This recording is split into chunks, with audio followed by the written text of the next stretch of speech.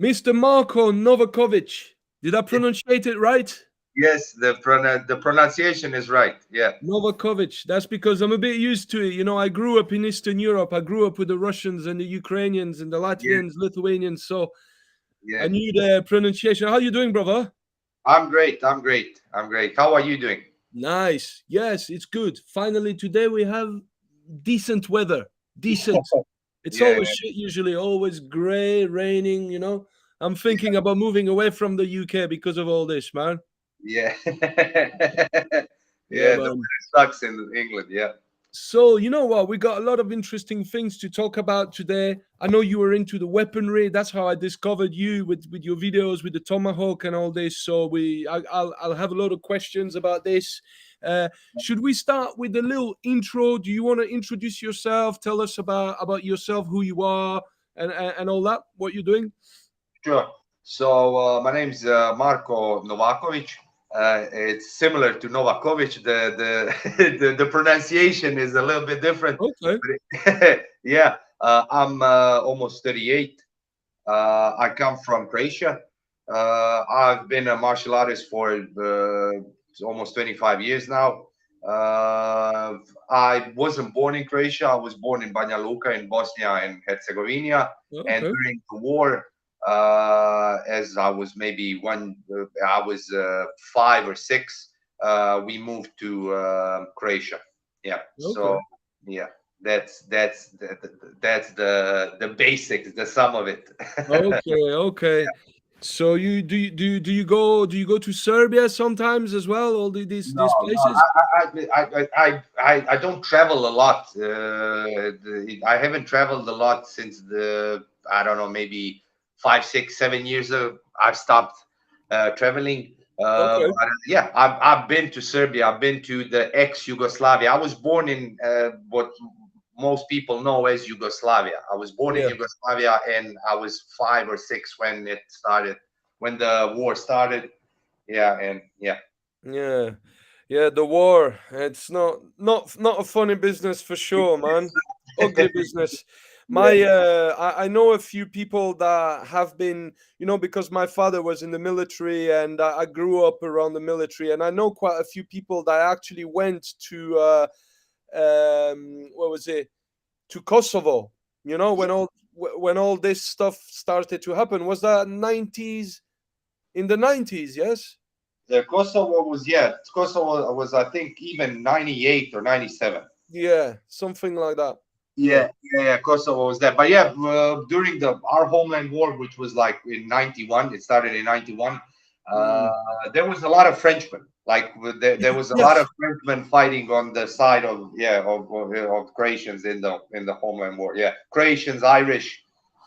It's interesting that we're talking about this because today I was talking to a friend of my father. I didn't speak with him for like 15 years, and today I found him again. My father gave him his phone number, and he was in Kosovo during that time as Yeah, in the military. So yeah. So okay, then do you want to tell us a little bit, how was your childhood then growing up? Did you get involved straight away with the martial arts, or were yeah. you training when you were So younger? yeah, so the thing was, I was raised by a single mother. I Okay. was raised, yeah, by a single mother and grandmother. So when I was already 7 years old, this was during the war years. Yeah. Because I was from another country, it caused tensions. And when I was little, I used to get bullied a lot, and my mom said to me like, Yeah. "I can't be there. I have to work." Because we basically, came during the worst of the war. She said you have to, learn how to defend yourself. So my first martial art training was judo, and because judo is very popular in Eastern Europe, Yeah. very popular from the Russians, Ukrainians, Serbs. It's a very popular martial arts from the dating from the 60s and 50s. Yeah. Yeah. Yeah, and from that period on, I when I was in my teens, let's say 14, 15, I started kickboxing. And after kickboxing, around in my 20s, I lost sight in my right eye, and I stopped kickboxing. I started cross training in different like systems that were more geared towards self defense. Uh, Okay. a lot of it was weaponry based, Mm-hmm. Japanese arts that were weaponry based, and Filipino martial arts. And 6 years now, almost 6 years now, I have been training Brazilian Jiu Jitsu. Okay. Yeah, Yeah, that's but it was judo, kickboxing, weapon arts. I trained Japanese, a spectrum of Japanese martial arts that were weaponry based, Filipino okay. martial arts, and later I moved on to Brazilian Jiu Jitsu, and that's mainly because I can't take direct strikes to my head Okay. without Yeah. there being a complication of my retina detaching again, and then Yeah. I would have to go and operate the eye again because I'm Mm. already blind, but my eye is still functioning. I'm just blind in it. Okay. Yeah, That's and if that's I fair. if I did it again, they would probably have to take out the eye and put in like Michael Bisping, a fake Yeah. eye. Yeah, yeah. Shit. So the you said you trained in some Japanese weaponry based styles. Was it kobudo or No, shido? it was Petzvog, and it was a modern variation of Shihan Dejan Rostokar's Bujikan training. Bujikan. So Mm-hmm. yeah, yeah. So Shihan Rostokar I'm talking like he's dead. He's still alive. He's a very famous, decorated Croatian war veteran. He lost his leg in the war on a landmine, and Yeah. he taught Bujikan like ninjutsu traditional. But apart from that, he created a style which was called Spetswog, which was basically a modern interpretation focusing on knife, taijutsu, empty hand, and stuff like Mm-hmm. that. And this is my first exposure to weaponry. That was now 14 years ago, and it's the first seminar I ever took in our capital city in Zagreb, where I got introduced to the Japanese way of knife work. Okay. Yeah, That's interesting. Like I remember when I was a kid, I've trained with my father, and the first my first weaponry, my first introduction. I mean, I used to love picking up sticks, and yeah, when I was a kid, but the one of the very first weapon that I've learned was the tonfa, yeah, and yeah. the side Karate. handle baton, and Yeah, the version that I was taught was the police, the French police yeah, tonfa tactics that was adapted for the police. And then after I got really interested in the kobudo aspect, yeah, because these are weapons coming from the Okinawans. yes, yes, So yeah, all this was really, really interesting. And you know yourself, once you go full circle with weaponry, you realize it doesn't matter what you have in your hands. It's the angles are the same. It just yeah, the weight of the weapon, the shape and the length and the size of the weapon will differ and will kind of yeah, change yeah, things slightly. But the, yeah, the, the, the angles are pretty much the same. So once you really get the fundamentals of weaponry, then it gives you the fundamentals for everything, and then you can kind of build on the top of that. yeah, Is for is sure. Yeah, so your first weaponry was at the knife then? Yes. it was the knife. Yeah, yeah, it was the knife, and it was predominantly short knife.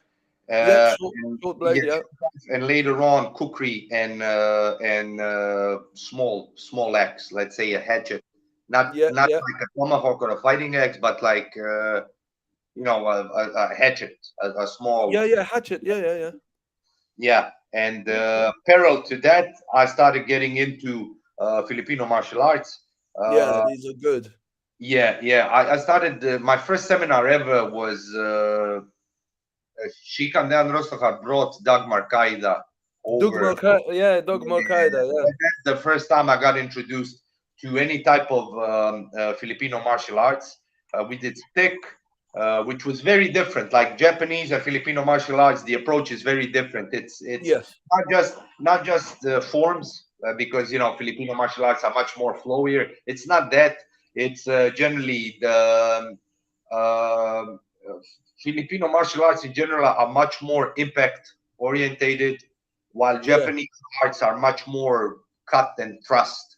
Yeah. orientated, then because the stick, once you start, there's this thing like the stick transfers to the sword, but it doesn't. It doesn't. Like the stick is a different weapon than a blade. Although Yes. the angles are different, the angles are the same, but the angles are the same for almost any weapon. Yes. The thing is how you use it, how you stand in the guard, and everything is way different. With a sword, you don't need power generated. You need snappiness. You need speed.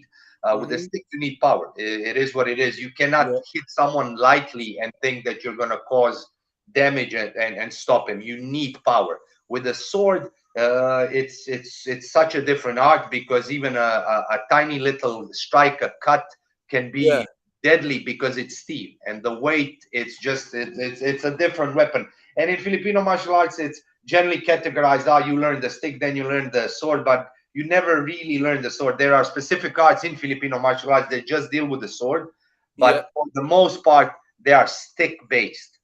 Yes. Yeah, yeah, So that's interesting. It's something that one of my old instructor used to say when I was a kid and I was training with the blade. He said, the impact weapons, you focus on the power and accuracy and all this, yes, but with the blade you replace power by speed, speed, yes, because because it's a blade, the nature of the weapon, yes, you're going to cut through, you're going to go through the target, and you yes, don't really need yes, that much power. So yeah, yes, it's interesting. And like you say, it's like in the when you look in kendo, for example, the yes, Japanese art, and you get this where you just split the heads, yes, they don't follow through, they don't, it's a broken energy, it's like bam, yes. and you Wow. just split the head maybe that much, but Yes. you just cut the brain in half and that's Yeah, it. but exactly, but that's what it takes. You don't need to cleave through someone. You're gonna go pop, and it's gonna Yeah. be like this. And if the opponent is stunned, you can follow with a thrust and finish, or maybe he's even dead. With a stick, you need to chamber back up. You need to swing through to hit someone to concuss the brain. It's the same Yeah. with punch. It's the same with punches. You Yeah. need good body mechanics. You can't just strike with the hand thinking that No. you're going to knock someone out. You need to put your entire body weight into it to cause as much damage as possible. Again, why? Because you're hitting with a blunt surface. You're not Yeah. cutting. Yeah. Yeah. So Yeah. So it's the same, like the difference between broken energy and fluid energy. yes, yes, Yeah, yes, interesting concept. So let's speak a bit about a bit more about the styles. If we just pick a weapon, for example, uh, we started with the knife. So if we continue with the knife, and let's say we speak about the different knife styles. And I mean, I love knife work. I've been training with knives for a long time as well. And when you look at the various approaches, you realize that okay, you got knife sparring, which is yes, basically the art of touching without being touched. yes. Not And yeah, and you got two people with a knife, they both know what's happening, it's a duel already, yes, and it's yeah, it's great for like yeah, attribute development, footwork, movement, all the yeah, tactics. It's yeah, great. And then you have the more how to say, the sort of tactics with the blade, where now I know it doesn't look pretty, but more like the military style of knife, where now you might be attacking somebody that doesn't have a weapon, or somebody that's got a rifle, the only thing you have yeah, is a yeah, blade. It's more of a, it's not a duel already, it's something different. And so you got different approaches, you got knife rushing, knife sparring. yeah. How would you categorize them, and how would you separate them in terms of approaches? Okay, so uh, I separate them in how you said it. There's dueling, Yeah. there's ambush, Yeah. where you're the one going first, and then there's what happens to most of us is drawing under punches or a grappling situation. So let's call this iaido or weapon draw or Oh, sword drawing draw. the blade. Yes, Yes, very important skill because set knife dueling can only happen when the the knife is first in your hand. category. Yeah, if the knife is in your hand. Ambush, of course, if you're going first, if you're the one ambushing, Yeah. the blade's probably going to be in your hand. So Mhm. I ignore that because to me as a good guy, I'm a pessimist. I always think if I get ambushed, I'm getting ambushed. Now I have to react, and Mm, this is where I dedicate most of my art. Is under strikes, cuts, grappling, whatever the case may be. I have to draw the weapon and engage. If yes. in this engagement we separate, then we come back to the first one, which is dueling. If, Yes. for example, I'm grappling, a much heavier opponent gets to mount, I can't dismount him. He's punching the shit out of me. He knows how to fight. I can't get to half guard. I can't, get him off so I can stand back up. I now, from my back, I draw my knife. I start stabbing to create distance. Yeah. Now that is an ambush, because I am the one that drew the weapon. I'm the one using the weapon. The other guy, even though he's in a better position, he's not aware until he started getting stabbed that I put Yeah. a weapon in the gameplay. So there's three categories: there's dueling, there's ambush, and then there's weapon draw.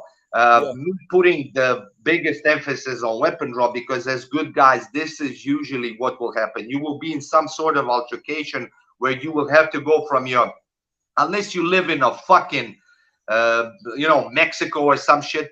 Mm, Usually your fight will start empty-handed, and then yes. from your empty-handed skills under the adrenal state, you Yeah. have to start getting to different tools. It doesn't need to be a knife. It could be anything. It could be a gun, Screwdriver, like, yeah, any sort of blade.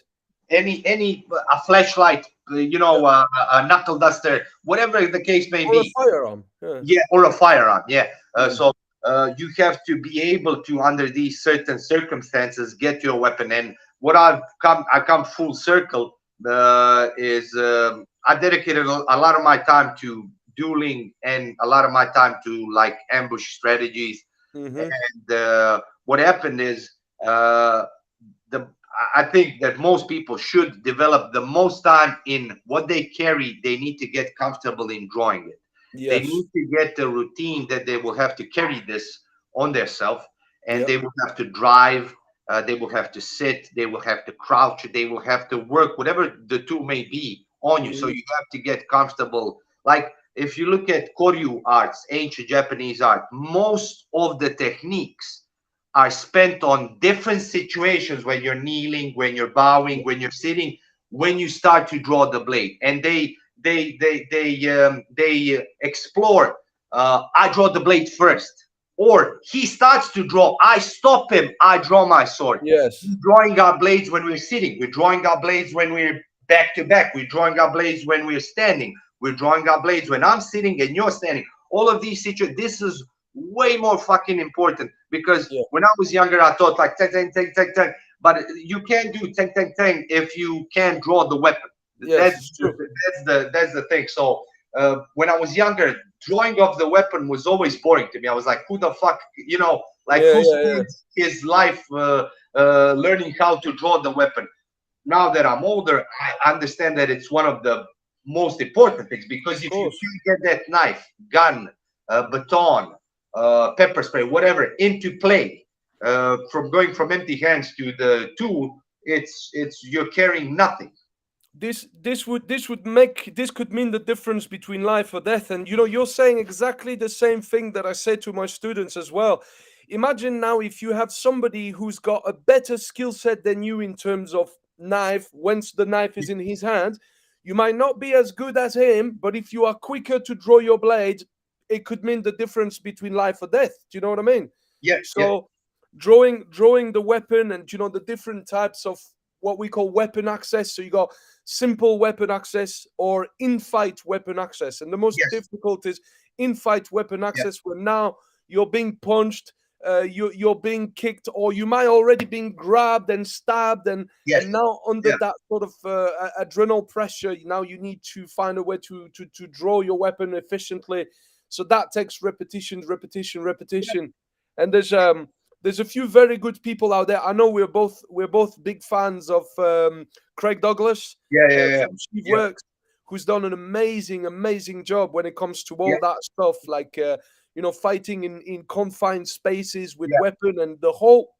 I know you're a grappler, so as a grappler, the main thing is to gain a position of dominance. Yes. and to apply a finishing, like how do you call that, like a A submission. submission. But Yeah. in this, as soon as there is a weapon involved, now you're like, oh shit, now not only do I have to find a position of dominance, now I have to prevent him from accessing his weapon by jamming him or doing something like that, and I Yeah. have to find the right time to access my weapon while I prevent him from accessing his.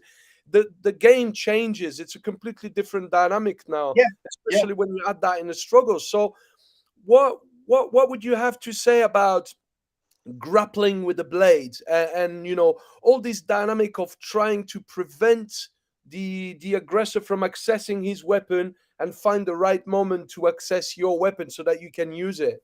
Yeah.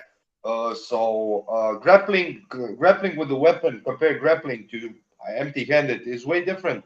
In It's very similar. People like to make a distinction, like no, it's super similar, because pressure and good body positioning, you learn that in sport grappling. Because Yes. I have shown the system I developed with the late Slaven Planinic Yeah, boss boss. is yeah, Yeah, it's I wrestling bought it. based. It was pretty good, man. I liked it. Yeah. And like when we showed it to jujitsu or wrestlers or judokas, they had no problems of understanding because they're used to pressure. They know how to Yeah. make the other person carry their weight. The biggest problem I have is generally when I show it to strikers or people that don't have a grappling foundation, they don't know how to make the other person carry their weight. So they Hmm. just see the grab, but they don't understand pressure. They don't Hmm. understand when I'm putting all of my weight, I'm ripping your shoulder into the ground. Every grab, everything I move is meant to hurt. It's not meant to be Yes. nice or gentle. But the biggest difference is in weapon-based grappling, you don't care about head control. In empty-handed grappling, you control the head. You can control the head. You can control underhooks, overhooks. Yeah. You can control bicep ties, and you have wrist control. So the head, the shoulders, the biceps, or the elbows, and the wrists. And in weapon grappling, you don't give a fuck about the head.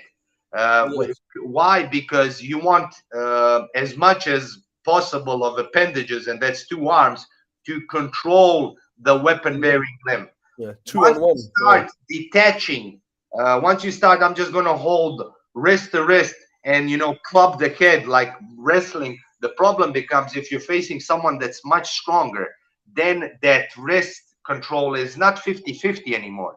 Now, if he's stronger, you're losing that position. Why? Because he's stronger. And Mm. even in grappling, I use a lot of Russian ties. And people ask me, "Are you use Russian tie in normal grappling and in weapon grappling?" I'm like, yes, because I want to use as much as my arms and my body compared to one of your limbs as possible. That's just good strategy. Why would Hmm. I go one on one if you're bigger and stronger? I mean, that doesn't Yeah. make sense to me. So weapon based grappling is different than normal grappling. Just in the broadest sense, you don't care about head control. You Yeah. want to isolate the arm that's trying to stab you, whatever Hmm. the grip, the seatbelt grip, the Russian tie, the Dagestani handcuff behind, whatever. You're trying to isolate and put something in between you, the opponent, and the weapon. A wall, your own body, pinning the knife to your hip, pinning the knife here, whatever the case may be. That's the biggest difference. Once the fight hits the ground, again, it's the same thing. You never want to let go of the weapon bearing limb Hmm. compared to, let's say, normal grappling where you're like, you can let go of the hand, you can, just float on someone, you can start digging for underhooks. That's going to be a death sentence because the person can just do this with their elbow and this is going Yes. to be stabbing you in the neck. So Hmm. the principle of 2-on-1 control has to be standing and when you go to the ground. Of course, strikes, elbows, headbutts, stomping on the ground, every that is accessory to Hmm. control. This is the biggest difference, in my opinion, between grappling approach to weapons and shut down the brain approach to weaponry. Meaning Hmm. that someone pulls a knife and you start bam, bam, bam, bam, bam, bam. There is no control. When you start striking, you're Yeah. forfeiting all control. So you maybe knock someone out, but they also maybe stab you. Yeah. It's not a fair trade, isn't it? it's not a fair trade. Well, when you go grappling, yes, you can get cut and stabbed, but you're minimizing the chance of lethal stabs and Hmm. cuts and slashes compared to striking. The risk to reward is much lesser. You know, risk to reward ratio is much higher when you choose to strike, because maybe I knock you out, the fight is over, but Yeah, maybe yeah. I knock you out and I get stabbed in the neck. What do you But think? yeah, What do you think about finding a right balance between the two? Because I know, for example, that the two things we're talking about are stuff that I've been working with for, for on those ideas for quite a while now. I do believe in impact. I also do believe in control. I think that both of them should be trained separately, and then both of them should be trained to brought together. So basically, if you're if you're lucky enough to basically catch the weapon bearing limb, and that's one thing we haven't spoke about yet. That's the yeah, very first thing that's very, very difficult to catch it without being stabbed. But then let's say once you got that 2-on-1, yeah, is being able to be impactive with all the rest of the yeah, weapons that you have available while you maintain your base. So you don't yeah, want to lose your base, of course, yeah, because ideally you don't want to go to the ground. But yeah, if you got a 2-on-1 and you have your teeth are available that you can bite with, your headbutt yeah, or knees or stuff like that that you can put in there, then I think yeah. it's a good idea to kind of train both separately. So train just the grappling aspect of it, then train just the impact aspect of it, and then put it together and see how well you can make it work. What are your thoughts on this? So for me, why when we focus just on the grappling part is because the grappling part is, as I said before, I'm a pessimist. We get ambushed. When you Yeah, get ambushed, it's from hand distance. yeah, very short distance. Yeah, Yeah, and it's grab and bum bum bum. yeah, So the first thing is you do is you can stop the hand. Getting stabbed here, it's not lethal. Like we mm, spoken to a doctor was there when we filmed Boss, and we went and did the whole thing. And I asked him like, what would happen if I start massacring someone? He says the chances of someone dying from it is it's so small, especially if you live in a first world country, because you mm. managed to get to the hospital and your intestine Oh, is you mean the yeah, yeah, lower the sewing abdomen? machine, yeah. Yeah. And when I go like this, I'm covering my heart. So Yes. even if it goes through my arms or anything, I will get control of it. Now, where the difference between striking grappling is, if you start, let's say, a foot away from me, Yeah. my whole foot, now there's no way I will grab that weapon, because Mm. even if I go to grab, you can now just pull that weapon back and Yeah. put Yeah. something between us, and now I'm getting stabbed everywhere. So Or now, change trajectory. Yeah. Yeah. yeah, now it's a duel. Now it's not Yeah. ambush anymore. And for Mm. ambush, I use grappling. If if you start coming at me, I push kick you, and Yeah. you Yeah. come Yeah. up with a knife. I now we're dueling. Now I will Mhm. take a chair. Now I'll draw Yeah. my Yeah. knife, because there is distance for me to safely draw my knife. Yeah. But if I turn around and you start stabbing, I have to first get control to create distance, to pressure you so that I can draw my knife or whatever the gun, whatever the case Yeah. may be. Yeah. But we always said we don't choose the battlefield. Yeah. Yeah. Generally, if you're being ambushed, the ambusher will want all of the things at his side. Yeah. So Yeah. the time of day, the place of the attack, Yeah. most of if you look at, because a lot of these knife systems, modern knife system, like to always say CCTV footage. But if you look at a lot of CCTV footage, people that survive usually grapple Mhm. instinctively. They will grab the hand, hold for dear life. Another person will come, start punching them. They'll hit them with the chair. It's the people that mostly die are the people that choose to strike. The guy will come, he will stab him, he will look, he will try to punch him, the guy will stab him again, and the guy drops dead. Mhm. So it's usually the lack of recognizing, okay, I'm at a distance where I can grapple. Yeah. I'm Yeah. at a distance where it's suicidal to grapple. I Mm. will Mhm. create space. I will use a chair. I will use my feet to Yeah. get so that I can create a space to run or whatever. But again, if you're in an elevator in small space, you ain't running, you ain't striking, Yeah. Yeah. because Yeah. you have That's you're to. right. Yeah. Confined Yeah, space. yeah. So basically, a lot of my thing is based around combat sports. So who better uses walls than MMA guys? So Mm. once we started developing Bas, Slaven is a former MMA fighter. We started looking how you can put pressure, so much pressure. Like he almost dislocated my shoulder twice when we were recording it, just from pure pressure, not from any submission, just from Mhm. constantly twisting that hand, driving it. And Yeah, when you train like that, and when you spend your life training grappling, you get this gorilla strength. And yeah, people yeah, say, ah, but then you have to spend a lot of time to train it. Of course you do. Like with anything, nothing yeah, is yeah, instant. Nothing is like I can just pick up a a weight and I'll get strong. No, you have to spend months and years of lifting weights or wrestling or boxing to get good at it. And yeah. people want people want the quick, just give me something which I can and then it's over. But that doesn't work like that. No, Otherwise, unfortunately not, man. we wouldn't exist as martial artists. No, it's true, man. So you see, when we have a look at all this, and that's why we're saying at first, you look at the different approaches of people when it comes to knife work, and you can see who is more comfortable with extreme close quarter or close quarter or a bit of a longer distance. Yeah, So that's why I like to have a look at what everybody does and kind of make my own mishmash, because the long distance is the dueling. yeah, Then you get the CQ, the close quarter, where now you can entry. That's what I call entries with the blade. Where now you can entry, you can use footwork and throw your entries, yeah, attacking the eyes, attacking the throat. And then you have the extreme close quarter, where now he's grabbed your knife, you grabbed his knife, and now it's already a grappling struggle between you and him. But when you think yeah, about it, it's all about the distance. So it's not, people think this is a different style, this is a different, it's not, it's just a different distance. yeah. So are you familiar with the ACT, It's is armed it? armed combat and tactics? Yeah, yeah. This guy, Yeah, Alexander Zhelezniak. yeah. I follow a guy from one of his students is South African. He runs a club there. I think. Noah Gross, yeah. Yes, I think. Yeah, Yeah, yeah, yeah, yeah.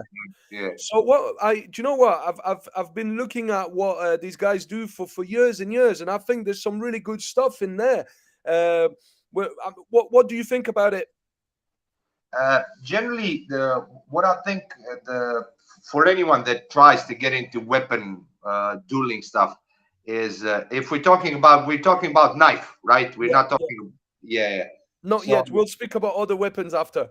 yeah, Just knife yeah, for now. Yeah. just knife. Okay, so for knife, so as someone who has been trained in Filipino martial arts, which are predominantly slashing, uh, Yes. it's predominantly slashing. 4 or 5 years ago, I've started researching a lot into Western fencing, and this is what Mm. changed generally my knife work. I stopped all of the parrying, cutting, and stuff like that, Yep. and basically, I started focusing on a lot Puncture. of the guys. A lot of the guys will know this as just a second. Let me. A lot of the guys will know this as JKD-ish, but basically the elbow win, the weapon always facing forward, Yeah. Yeah. basically the thrust, the three types of strikes, the straight one, the palm up, Yeah. or the palm down, is what I focus most of my dueling work. I still do slashes, but like Japanese style of slashing, which is Yeah. circular. I don't do like one, Yeah. two, Yeah. Yeah. like either this or Yep. this. And most of the Yeah. things are basically straight thrust, because I found this is the hardest shit to read. The more you start doing this, although this looks cool, Yeah. once you get into let's say a fencing stance, Mhm. but you constantly are this becomes so hard to read and so hard to Very copy, and it's just non-telegraphic. yeah, it's non-telegraphic. And once you get that, like, this is metal, you don't need a lot of power. I just need to touch something here to Yeah. cause you to go like this, and then I can fake a slash and then turn it Yeah. into a Yeah. thrust. But everything is inside. Very Yeah, inside that box here. yes, it's not like if it's a kukri, then yes, you will Yes. see Yes. me do this. But if it's a small pointy thing, I point it elbow in. And for anyone that's researching knife fighting or knife dueling, Western fencing is one of the best places that you can start. Grab a Yes. Sharpie marker. Even look, you can even look at, because I always say, look at the high level killers of Europe. These were fencers Yes. before, True. True. before MMA, before everything in the 1900s, 1800s. Fencers were everyone fenced. Yeah. Men killed each other with swords, and they quickly found out that the thrust is the thing that mostly ends fights. Of You course, know, because it reaches because depending on the length of the blade, it reaches deeper, so there's more chances for internal organs to be reached. yes, Yeah. yes, and it's hard to counter because, as you said, things that are moving forward are Non-telegraphic. very Yeah. hard to read. And Mhm. if you look at I sometimes look at Olympic fencing, Yeah. like Yeah. the speed of fencers, Yeah. it is phenomenal. Yeah. I didn't know this, but after sharpshooting, it is the fastest sport in the Olympics as far Mhm. as like how fast they go. Yeah. And of course, this is sport fighting, but you can take a lot from it, like moving in. Of course. How do you say when they make two steps with one? I Okay. fucking Double push shuffle. Double push shuffle. yeah, stuff like that. Double push shuffle, and when you extend, when your back foot Yeah. stays Oh, the planted, lunge. The the lunge. lunge, yeah, Yes. a lot of that stuff is like it looks funny, but you start sparring, you put on a helmet, and Yeah. all It of a works. sudden it's like, holy fuck, this is like he's touching me, and you're like, oh, but these are, you're not generating huge amounts of power, but I don't need to generate. I just No, need you to don't. connect at soft tissue Yeah. to cause damage, and now I can close the distance And if you I can need follow to. up. Yeah, or if I just want to run away, bam, just a Mm. quick non-telegraphic jab with the knife, and you're out. It doesn't need to be a bloodbath. You don't need to go Yeah. Yeah. because generally a knife can be used defensively. Like a lot of people say, no, a knife is offensively, but you can be, let's say, less lethal with the Yeah. knife. You don't need to kill someone to Yeah. to create space so that you can run away. Yeah. You know what? It's interesting. I think anyway. I've noticed that about your work straight away when it comes to the knife. Like your approach is very very similar to mine because of the fencing, and that's what Yeah, you just said. yeah, For me, I did fencing when I was younger, and when I really started to get into it more was when I was training Jeet Kune Do with Tommy Carruthers yeah, in Scotland, where we have a lot of fencing in there. All the footwork comes from fencing. yeah, Either it's offensive footwork or defensive yeah, footwork, evasive footwork. And then everything is like a straight motion. Everything is kind of direct, like yeah, a direct martial art, yeah, and that's what I always loved about it. And I kind of adapt Jeet Kune Do to my blade work. So if some yeah, of when I spar with the blade, in my head, what I'm doing is Jeet Kune Do. I'm still kicking. I'm still doing the side kicks to the kneecap. I'm still doing the groin kicks, but instead of the eye jab or the straight lead, it's the blade that goes in the yeah, throat, in yeah, the eye. yeah, Even if you score the forehead to get the blood to fall in the eyes and maybe blind him for a second, which yeah, will give you the opportunity to kind of follow up. yeah, So very exactly. very similar approach, bro.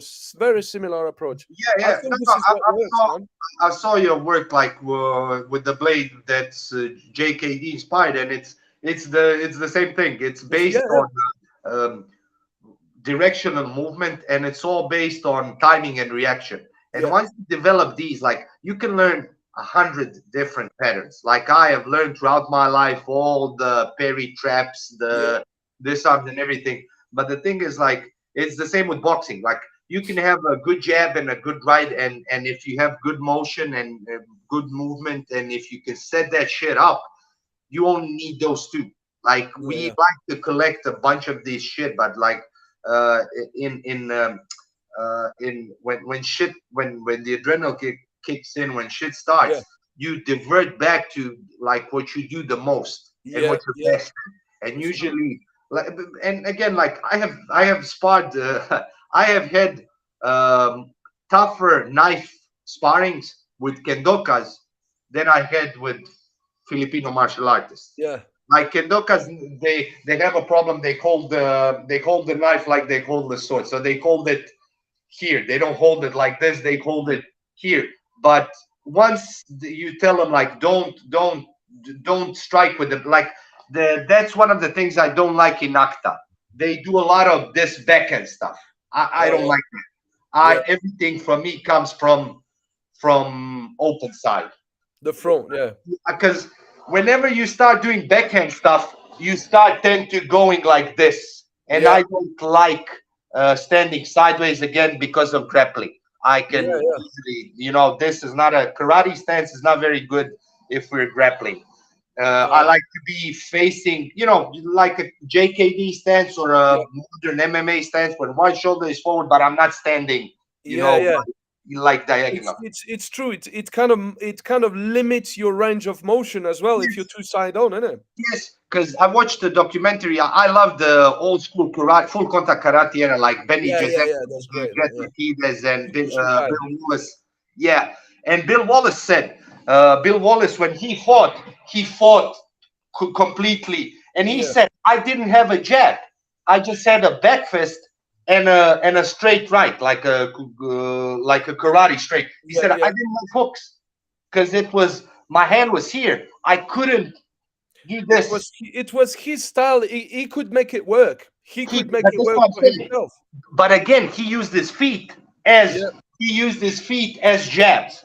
But that's why but they call him Superfoot yeah. Wallace. Yeah, But if you look at Benny the Jet, Benny fought more modern kickboxing, where he yeah, could land big yeah, shots because of the rotation. Again, more like it wasn't Dutch style, but it was the beginning of that more forward, yeah, not all of the way around. But as far as knife thing, like I fought kendokas, which because they were so fast, yeah, it was like, bro, he's touching me. Now these are not deadly stabs or cuts, but like bam, and I'm like, holy fuck, this is fast.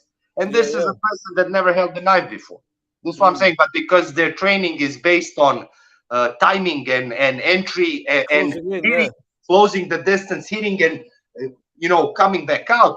It's that got me thinking like I need to train more like I train combat sports. A yes. limited skill, but we drill it with different types of pressure, and we developed it under pressure compared to learning. This is not just in Filipino martial arts. A lot of A traditional lot arts of like that. martial arts are like this. Yeah, you learn it. You learn like huge sets of that patterns, I and call it. then yeah, Yeah, I call it the toolbox. A lot of martial art, they give you a very, very big toolbox with a lot of tools, and you're never gonna be able to have the time to work it all. But when yeah, you understand what you just said to me, it's like, okay, I only need 5, 6 tools, not more. Small toolbox, light toolbox, but we pressure test it many, many different ways with many different types of pressure. And that's why boxing and kickboxing is so efficient, because what is boxing, for example? Boxing is jab, cross, hook, uppercut, body shot, basically with head movement and footwork. That's it. yeah, What else? This is boxing. But if yeah. you had more stuff and more stuff and more stuff, you never have enough time to get good at all this. So Yeah. But also, if you look at all the different boxers, there's yeah, like a limited tool set, but they all look different. yeah, yeah. They all have an individual style. Yeah, yeah, yeah. Individual style. And Absolutely. this is like what the Ronin, the thing why I picked Ronin, like all of it, it's the same in the jiu-jitsu. Hmm. My former professor instructor, like he was good at 3 or 4 things. He was a black belt, like he knew the rest of the shit, but Yeah, his specialty was X choke from God, X choke from mount, like old school jiu-jitsu. he would get into these positions, and you would know what he was going to do, and he would still do it to you. Yeah. And like he knew the rest of the game.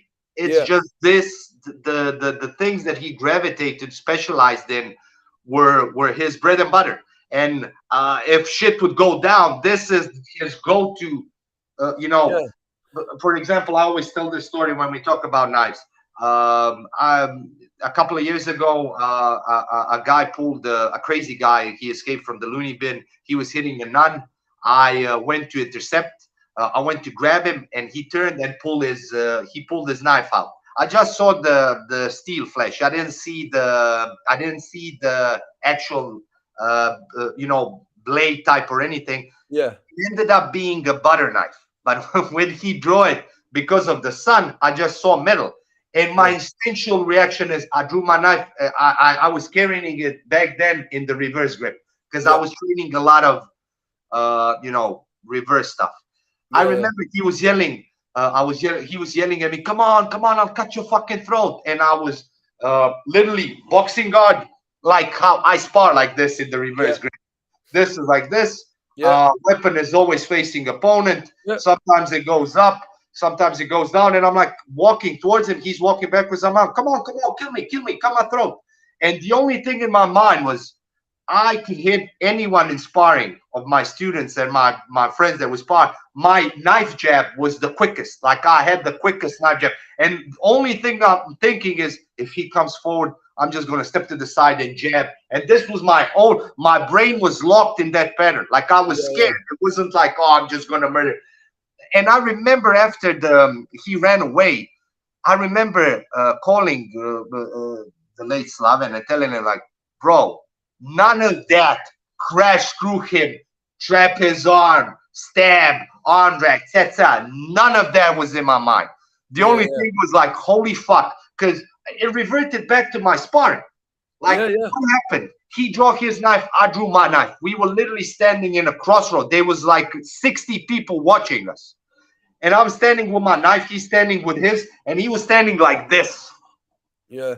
He's, come on, come on. He was standing back, and I'm standing like, and the only thing that was coursing through my mind is like, if he steps forward, sidestep and jab, and then just circle around and bump. And I was literally thinking, I'm just gonna jab at his face, until I hit something, or he fall. No fucking way am I going to close the distance and risk missing, catching something, and getting stabbed. Someone, like, I remember that super vividly. And thinking like, holy fuck, I have trained all of these fucking crash through the, and the only thing that left in my brain was like jab and move, jab and step, footwork and jab. That was literally the only thing. And I was thinking to myself, holy fuck, I have spent all this time drilling to crash and to someone until there was an actual person that was willing to stab me. And I was like, nah, fuck this shit. Like, I'm gonna, I'm not coming first. It was like boxing. Like, why would I step in? I love that approach. I think that approach is great. Like, why would I risk getting hurt? I'm not like people that teach I go and like, bro. They've never been into a real situation. Bro, the other person is also waiting for you to stab you. So it's not like, you're going first and he's just gonna stand like this. No. And I remember thinking like, this is a duel. I'm literally standing in a crossroad because there was a traffic jam. The nun that he was hitting ran away, and we're standing here. People are watching, and I'm like, I'm in a duel. This is a duel. I can fail to ambush him because I wanted to grab him from the back to get a rear naked choke. Bro, I remember this. I remember he turned so fast and drew that fucking butter knife that my instinct was like, oh fuck, knife. I drew mine. And he was so shocked that I also carried a knife that bought me time, where he was like, oh fuck, because I didn't know that he was carrying a butter knife. But he saw that I had a real knife, and in his mind, this is why he was backing off. Like, he knew that he couldn't hurt me that much with a butter knife, but I didn't know that it was a butter knife. I thought because he was holding it like this, I'm like, this motherfucker wants to grab me and, pull me. I'm not going to let him touch me. I'm just going to box him away. And I remember thinking afterwards, I'm like, I was in a duel. This was a duel. People see That's what like it this. was. Yeah, like there's no duel. Get the fuck out of here. A failed ambush is a duel. Yeah, Like if yeah. you don't knock me out, So if you don't, choke me out already, it's a duel. I am aware of your presence. Yeah, that's it. That's what you just said now. That's the big thing you just said now that makes the difference between a duel or something else is that you both had your knife out, you both took distance, and you both were aware of each other's presence and that each other had a weapon. So this becomes a duel. And that's why I think there's what one approach that I was training as well, which is boxing with the blade, with two blades, where you just have the same stance like a boxing stance and you start going jab, cross, hook, and yeah, with the blades, thinking about what you're doing. So the hook becomes a slash, a yeah, slash. yeah, The for example, the jab becomes just a pick, and I think all that is a really, really good way to learn how to use a blade. Because I was having that chat with one of my friend who's he's a Muay Thai, he's a professional Muay Thai fighter, and he said to me, "Oh, Julian, I'd like you to come and show me some blade stuff." And I said to him, "Bro, you got everything that you need already." He's like, "What do you mean?" I said, "Look, you're a professional, Muay Thai fighter. So all you need is to do exactly what you do. Just put two blades in your hands instead yeah, of thinking that you're empty-handed. Just put yeah, two blades in your hand and jab, cross, hook, uppercut, do all yeah. that shit, and don't forget to use your legs." That's another thing as well. When people have a weapon, they think I don't know how it happens, but I think it's just they think that all they have is the weapon. So they forget that they have legs to kick. They forget that they got all the rest, to use. Yeah, yeah. I'm the same thing. Like when I also don't kick during, but for me it's like I adapt a complete fencer's mindset. When I put this forward, I just want to touch. Like it's almost like karate for me. Hmm. It's like I want to stab and get out without getting slashed. If I can jab, if I can stab at the hand, I'll stab at the hand and Yeah, the yeah, face. I'm not gonna be. This hand is if I'm late and the stab is coming so that I can either block or yeah. to buy time so that I can get out. But my Hmm. only thing is like this is my shield and my sword. This That's is it. everything. I don't give a Yeah. fuck about my legs, about but no, I don't give even a fuck about slashing. I just want to put this where the Hmm. top thing is. And because I know if I touch any of this, this will be a reaction. And this is what I want. I don't Yeah, want to massacre. I don't want, I don't want me above you. The thing is, when you're dueling, you can always create space and yeah, escape. You're giving the other guy a way out. The problem is when the weapon gets introduced mid-fight. So you're in the clinch, and yeah. all of a sudden, these uppercuts are not uppercuts; they're actually The stabs stabs. Yeah, into yeah, yeah, you. This becomes a big problem. This is yeah. what you look at most CCTV. Like if Mm, you look at duels, they don't end in death. Most of them don't end in death. They get cut, stabbed, and then they separate. yeah, But fucking, a bunch of times you see guys scraping, fighting. They create a little bit of space. You see the guy draw something, and then they re-engage, and now you see it stabbing, and then yeah. that again is it started empty-handed and Yeah. then transitioned So into weapons. it transitioned to a knife fight. Yeah. Yes, but it was the transition is what interests me, where I look at it the most, because it happens Yeah. so fast, and you can spend a lifetime just researching the drawment, the carry, the stuff like that. That's the important thing. Once Yeah. you get the knife into play, this is what I'm saying. Dueling is it's just time spent on the mat.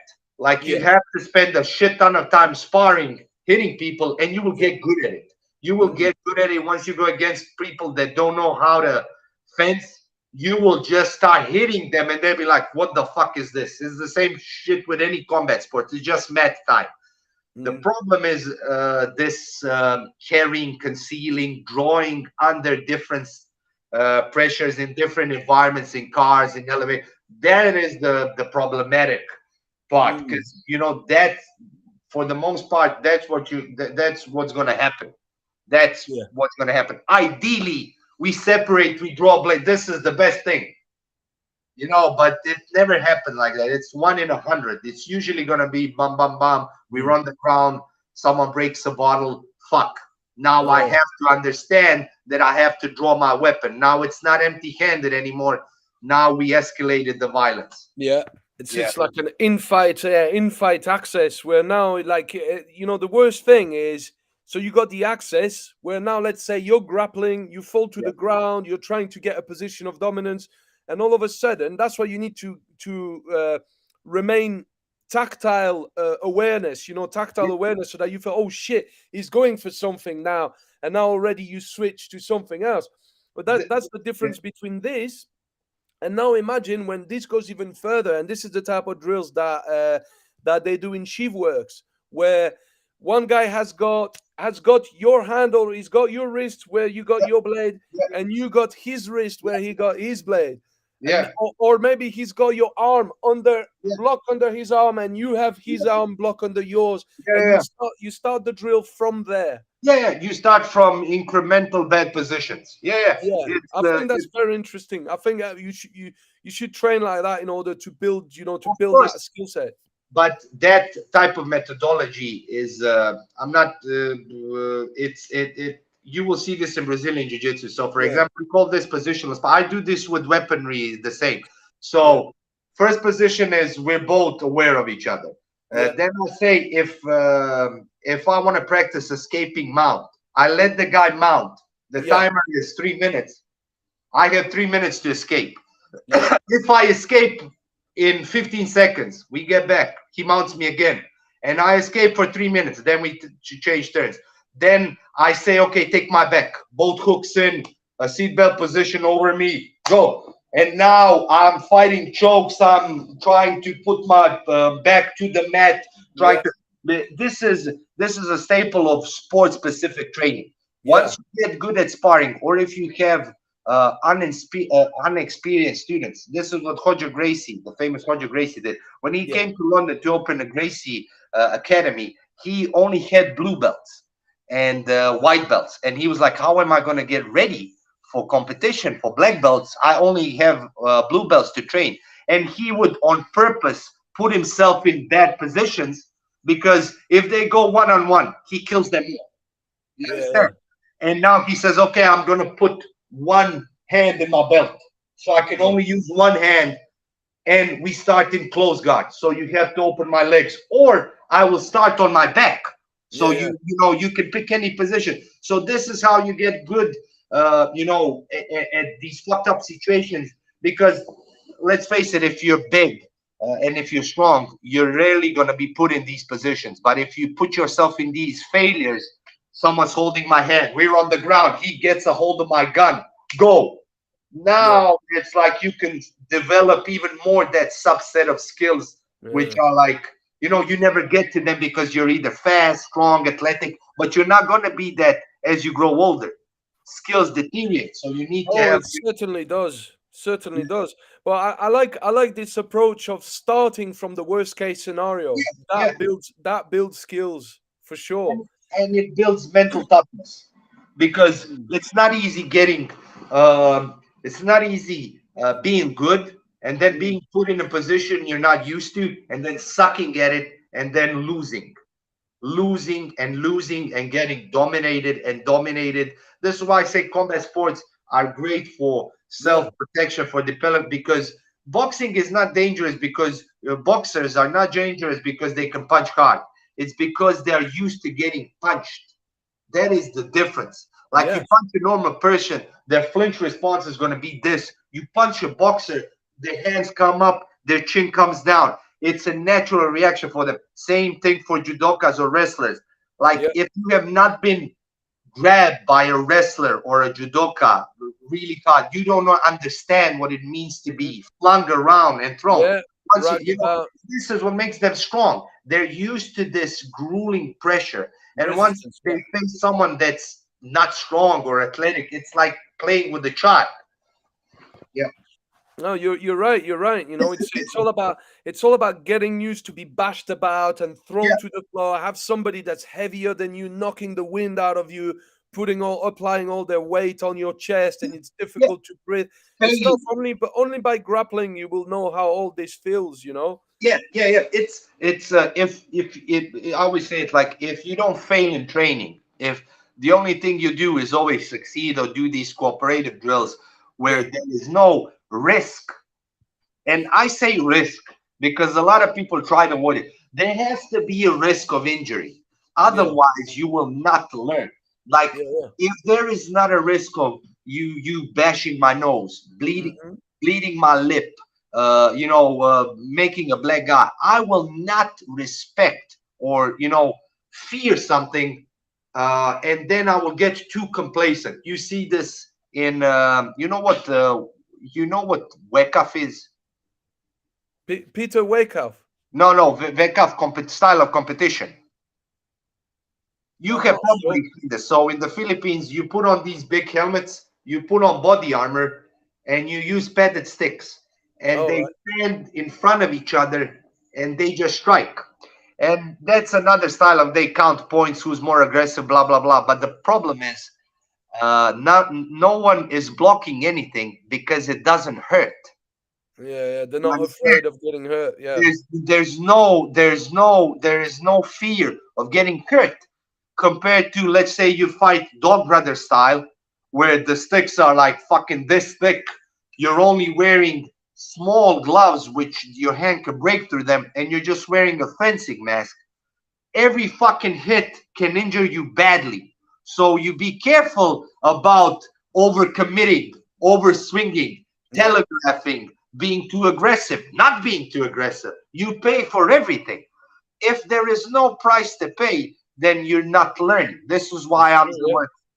Even with knife sparring, when you knife spar with wooden knives, let's say they're not Photos. feather Yeah. knives, wooden knives, even if they're not pointy, but they Hmm. hurt, you Yeah, still yeah, have yeah. You to can be break the careful. If ribs. someone's jamming it, Yeah. they can break your ribs, they Yeah, can crack. yeah. Absolutely, man. It's not dangerous as boxing, but there has to be a threat where I hit you and there's a possibility that I actually injure your hand. Otherwise, Yeah. you won't move that hand.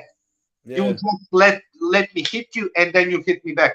And what have we learned? That we can stand in front of each other and hit each other. That's not how reality works. Like, Yeah. it's For double sure. kill. Imagine we're both samurais and we're like, I'm not gonna move, I'm just gonna cut. This is Yeah. why, again, I have a problem with kendo, is because in kendo they both strike each other, and the one that's had a pure strike or yelled louder gets the point. But you're both dead. No one, Mm. like in kendo, there is no defense. Like, Mm. they don't try to block and then strike. They both try to attack. It's like the right of way in fencing. Who Yeah. attacks first gets the advantage. To me, it's suicidal. Like, you're choosing to die. There's no strategy. You know Yeah. you're not going to die, so you're going forward to score a point. But if there was a real sword, you wouldn't fight like this. It's for sure when you look at the Japanese approach, which is very like mindsets, die or kill. Yeah, And if you look, for example, I mean, I've been doing a bit of sword fighting as well because I love sword. I've not done as much as I should have really, but I've looked at three different approaches, which I think, if you want to be complete in sword fighting, is having a look at the Japanese approach, so the samurai sword, which yeah, is point fighting, and then having a look at fencing, which is yeah, a lot of footwork, a lot of stabbing and yeah, forward pressure, direct, and then the European styles of sword fighting. yeah. So like, yeah, Shema. like the medieval, the more like the Yeah, medieval type of. yeah, I yeah. think that the medieval sword fighting is one of the It's best great. thing out there. It's great. It's great. I drove, like, when we did Boss, we looked at a lot of old manuals from Yeah, Meyer and the German these German masters, and you yeah, see 2-on-1. You see a lot of, like, judo throws. You see a lot of these ancient manuals, because, again, I always say this: HEMA is awesome because Europeans were very practical. The yeah, thing that was not in use to us anymore, it would just get phased out. This yeah, is why we don't have a big martial art community or lineage, because once we dropped the sword and picked up a gun, the sword was useless to us. Yeah, We were yeah, not like the Japanese, where we continue to use the sword for, esoteric reasons, for yeah, philosophical reasons. We were very pragmatical. Why? Because almost all of the wars, from the 10th century to 17th century, happened yeah, in Europe, and yeah. we fought constantly. And it was So if pressure anything, tested on the yeah, battlefield all the and time. yeah, and if something better came, the old was just disregarded. It Yeah. wasn't kept for art or tradition or for. Hmm. And this is why, like, if you look at these, the HEMA is awesome. The HEMA community is awesome Yeah. because they are willing to pressure test. They will Yes. put on helmets and they will look at these techniques and they will go, okay, let's try this. Okay, so this is not working like this. We have to adjust it like this, or we have to do it more like this. And I love this because it's a very scientific approach to fighting. They Yeah. don't care about um, their breath is off, or something is off. Like, if it works, it works. Yes. There doesn't need to be a whole Zen thing connected to it, or some deep meaning behind it for it to work. And again, sadly for Filipino martial arts, this is not something.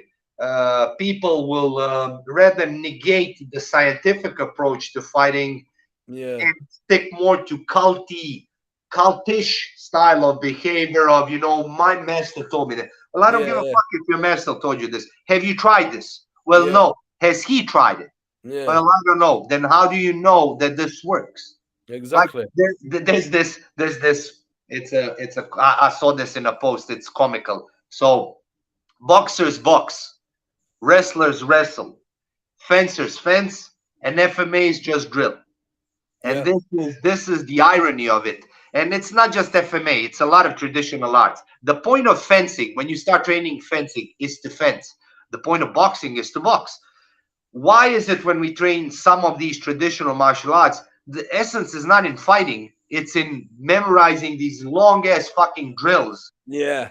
which Yeah. then they say, but they will unlock a deeper meaning and a philosophy and how. Yeah. But no, like, it's called the martial art.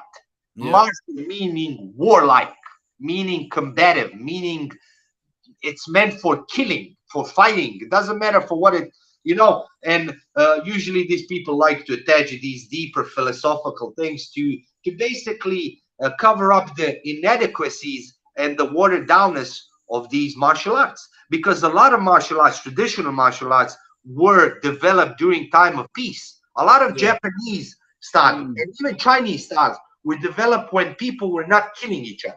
There was a Hmm. time of peace when they could develop the art, like Aikido, like it's not a fighting art.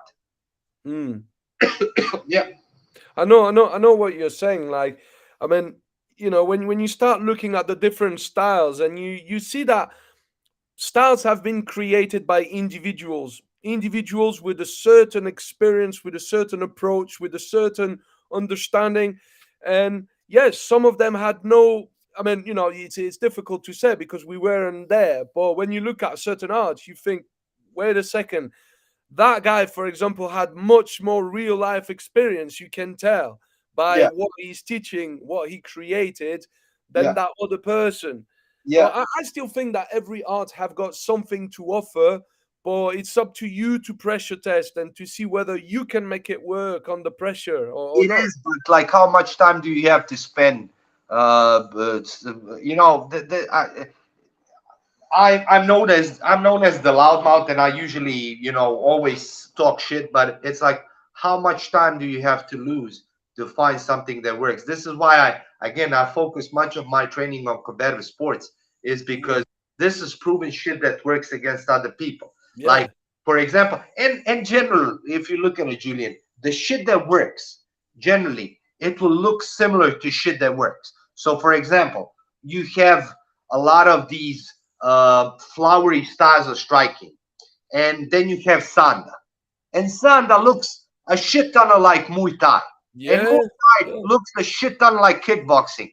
And you know why? because it's all shit that works, and this is why it looks similar. Of course, it's gonna have its personal flavors and everything. Elbows, clinch, if it's not allowed, if it's allowed, if you can grab the legs. But the more you look at a Kyokushin, looks more like fucking kickboxing than it does to, let's say, Shotokan karate, which is Shotokan, all, Wado Ryu, yeah. which is all touch based. Yeah, Because Shotokan wants to fucking knock you out. That's And mate, that's why when I started with karate, I was maybe like 7 years old, and my first style was like Shotokan. Very quickly, I got bored of it, man. I got bored of it because it was too codified, too many katas, too much stuff, and that's where I gravitated towards Kyokushin, because even though no punches to the face, yeah, I but you're think that still, yeah. a lot of people that there's a lot of people that badmouth karate, but I can tell you, some of them Kyokushinkai guys are some of the toughest guys in the world, man. Bro, Andy Hyun, one of the best K1 fighters, came from a Kyokushin background. Yeah. And Uh, not only him, many of them. many of them, they were all hard fucking men. Like if you look at Masoyama, he was a hard fucking man. Like all of the Kyokushin fighters, like they look like fucking Street Fighter characters. It's not like when you look at today Olympics and you look at Shotokan karate, it's like, bro, what the fuck? Like they're all skimpy, skinny, and you're like, because why? Because they don't care about power, they don't care about knocking someone out. This is again, and there is no threat of them being knocked out, so they can keep the chin in the air, they can jump. Bro, when there's a threat of you getting a shin across your face and getting knocked out, you will keep your fucking hands up. You won't be, now I always say, if the less rules you have, again, the more expressive you can be in your combat art and everything. But bro, if there is no contact, if there is no threat of you being injured, we are being detached from reality. That's when we get into all of this. The gap becomes larger and larger between Larger. reality and training. It becomes larger because look at this. How many times did you see in Japanese art? Guy throws a punch. The punch stays extended. It does. This guy goes inside, outside block. Catches the arm. Straight arm bar again. It doesn't happen. Bro, and like, as my friend, I'm like, why did you learn how to punch like this? And he put on armor on me. And I'm like, holy fuck, like, when you wear armor, you can't punch like this. You have to commit your whole body weight to the punch. But you didn't care about being hit because you had armor. So you can't punch like with these big punches because you can't bring your arm back, like it's super cumbersome. You have to step and punch. But it makes sense because if anything was coming, you could just cover like this. You were armored. There wasn't, a threat. And that's okay for armor fighting. But now, why are we transferring this to empty-handed fighting? Because you have no armor. You punch like this, I'm gonna fucking throw a check hook over it and hit you. Like, it's like, why are we translating this to modern life? This is clearly armored fighting. It's codified. That's the thing. Yeah, martial arts get codified, man. It's like a lot of stuff that you learn in Shotokan, for example. A lot of them blocks and techniques that you learn, you would never be able to make that work against a boxer. A boxer that's going to be there, in, out, that's not going to let his punch out. It's going to be nearly impossible to do that stuff. But again, all of this, it was against weaponry. It was against sticks. It was against stab. This is why these movements are there. They're not meant for empty-handed fighting. They just took out the weapons, and now they're like, but then it's a different, like, if you look at Muay Thai in the 50s, it looked horrible. Like, they only had leg kicks and clinch. Their hands looked horrible. Like, it was like this. And when the Westerners came and brought them boxing, Muay Thai, it started the golden era of Muay Thai. The 70s, fighters started, they started having the high guard. Now it was jabs. And Yeah, now when you look at it, like you cannot train Muay Thai if you don't have good box, like if you don't have good hands. it's true, Before, man. you know, b- and it was, during especially during the late 80s, 90s, when the Dutch started coming off, bro. Yeah, yeah. It Ramon was like, Decker and all these guys. Yeah, yeah, oh, my favorite fighter, Ramon Dekkers, is yeah, like yeah, the Dutch showed that if you have good boxing and you don't give a fuck about points, you're there yeah. to knock someone out, Mm. you're gonna win. Because a lot of the Thais, they fight much more slower. It's because of the betting. The betting starts and blah blah. Yeah, So you fight slow. If you can't turn your back, if you get kicked in the back, that's like, you're a lady boy. You're turning your back to a. There's all of these, and hands don't get any points. So these Dutch fucking giants come and they're like, okay, we're gonna not gonna win on points. Clearly, we're not good at the clinch. We don't have good, let's say, kicks like the Thais, but yeah, we yeah, box. And they would go for knockouts. yeah, And this yeah. is like, yeah, I love Muay Thai, bro. I think me Muay too. Thai is probably the best standing impact martial art that I know of. That's why I love it, man. Do you watch Cage Muay Thai Yes, the one championships. with the small gloves? Yeah, my good friend Panikos Yusuf is a three-time world champion. He fights in the one championships as well. He's here. Bro, Yeah, yeah. Muay Thai with the small gloves. Again, then we come back again to the old school. Like, I was looking at what's his name, the British Muay Thai fighter. He's super famous. Oh, Liam Harrison. Liam Harrison. Yeah, Liam yeah. Harrison He's talked not far about from this. me. Yeah, Yeah, Liam Harrison talked about this. Like he says, when he put on the small gloves, the MMA gloves, now you can't block like this. yeah. You don't Yeah, have the because same. kick goes around you, like there's no big Yeah, gloves. Now you have to, jab. You can't block like this because punches pass, and it's yeah. like a whole fucking different game now. But the Mm. clinch is much more important because now you have fingers, you can grab, you can Yeah, yeah, bowl. I love. I think Muay Thai is awesome. Like I think yeah, it's yeah. one of my favorite striking arts, It's and amazing. I've gotten a lot into Letway. Letway, Yeah, it's yeah. very Get your similar, good. but it's just more brutal because Yes. it's bare knuckle. I also love bare knuckle boxing. Like I Yeah, watched yeah. the British one and the American one. Bare knuckle boxing to me, it's also. And then someone says to me, "Boxing's just a sport." Bro, have you seen bare knuckle boxing? Have you seen I have the seen in the real life. I got a punishment? few friends that are doing that. Yeah, It's you see the thing is like what you're saying. So if you look, for example, Lethway, the clinch game completely changes. The dynamic of the clinch completely changes because now you can put the headbutts, yeah, and now you have to completely change the way that you clinch because in Muay Thai you're not expecting the head, so yeah, it's fine. yeah, So, yeah. so Like that's that. you can't like we've been doing headbutts, and in grappling Yeah, cannot grab like this. So you cannot grab, you have to cross grab, meaning you grab someone's yeah, shoulder, yeah. you pull them like this so that you can. It's the same shit in sambo. In Hmm. sambo, whenever you go grab a lapel and you grab you're fucked because Mm. they can in combat sambo you can headbutt. Yeah, And yeah, once yeah, someone grabs the lapel and the sleeve, they can just pull. This is why a lot of them grab cross collar. yeah, Because yeah, when I grab cross collar, even if you headbutt, I can lift my arm yeah. and you to protect. If I grab you like this, bro, you can hurl yourself like Yeah, a yeah. rocket. The guy just drop his head down. Yeah, In I like you mentioned the combat sambo. They call it baivoy sambo. yeah, Is with a red side and blue side. Yeah. yeah, yeah, yeah, Have you seen some of the knockouts with the headbutt in there, bro? yeah, bro. And it's again, it comes from the danger of judo gripping. Judo, you Mm. grab here, you grab grips, and if you're open like this, someone can just launch themselves into you, Yeah, basically just like a rocket.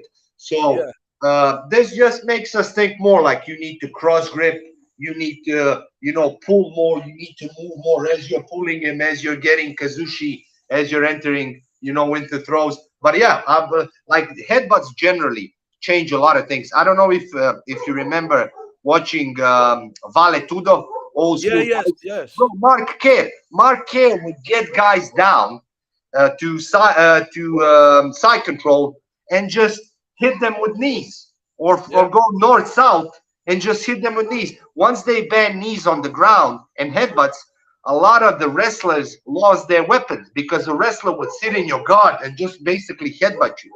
And Mm. this was like when they removed knees from the ground, a lot of the wrestlers like Mark Coleman, Mark Kerr started losing their edge because they couldn't hold you down with their hands, and Yeah. basically they would just knee you on the fucking ground. Mm. Yeah. Yeah, that's it's true. That's when you see how rules are changing everything, man. Yeah, not like I'm for rules, of course. Mm. I like Letway. I like that it's brutal. Like in Letway, you can Yeah. hit the guy when he's still like on a descending fucking trajectory down. Yeah. I like that, especially if you're getting paid for that. But I think rules are good in general. You know, it's not like today people just dismiss combat sport because but that has rules. Bro, have you tried fucking boxing? That makes you even a more efficient fighter to be able to Yes, fight with yes, rules. yeah, yeah. My friend always says this. He says they think because I'm taught to punch like this that I can't do this. I can do Yeah, this. yeah. I can just do it faster than you can. They just practices. We were having a discussion with Krav Maga guys, and he says like we learn how to do this. He says I'm way faster than you, Yeah, yeah. and Because you I've do that never. under pressure, yeah. Yeah, I've said this. I've said this a bunch of times. If I get someone mounted, I mount them. I hold their arms, and you start binding me from the bottom, I will Mm. fucking kill you. Like I Mm. tell them, don't elevate the level of Level of violence violence, yeah. because you're giving me ideas. I was maybe Yeah. just going to hold you down. I was going to hold you down and be like, "Are you calm? Have you calmed down? All right, I'm going to get up. Calm the fuck down." Mm. But now you started biting me. Now I'm going to break your fucking jaw. Now, Yeah, because yeah. it's like you've escalated the violence for what? Like, I'm not saying don't use, Yeah, yeah. all of the tools. I'm saying these are tricks that are meant. You have to have a combat base behind them. Yes, I They agree with cannot that. be that's the whole thing. I just grab my keys and I put the keys behind my, like, bro, if you don't know how to punch, you Yeah, just fuck up your hand. Like exactly. that's The yeah, the thi- the thi- the thing, bro, it's like you see when you look at all these, we call these maiming tools, yeah. yeah, So gouging, biting, yeah, tearing, ripping, scratching, all this shit is is like the icing on the cake. You know, it's yeah, it's it's yeah, basically it's the dirty shit that you sprinkle on the top of your skill set. But yeah, like you said, the base of your skill set is your striking base and your grappling base, and then yeah, on the top of that, you got all the dirty shit.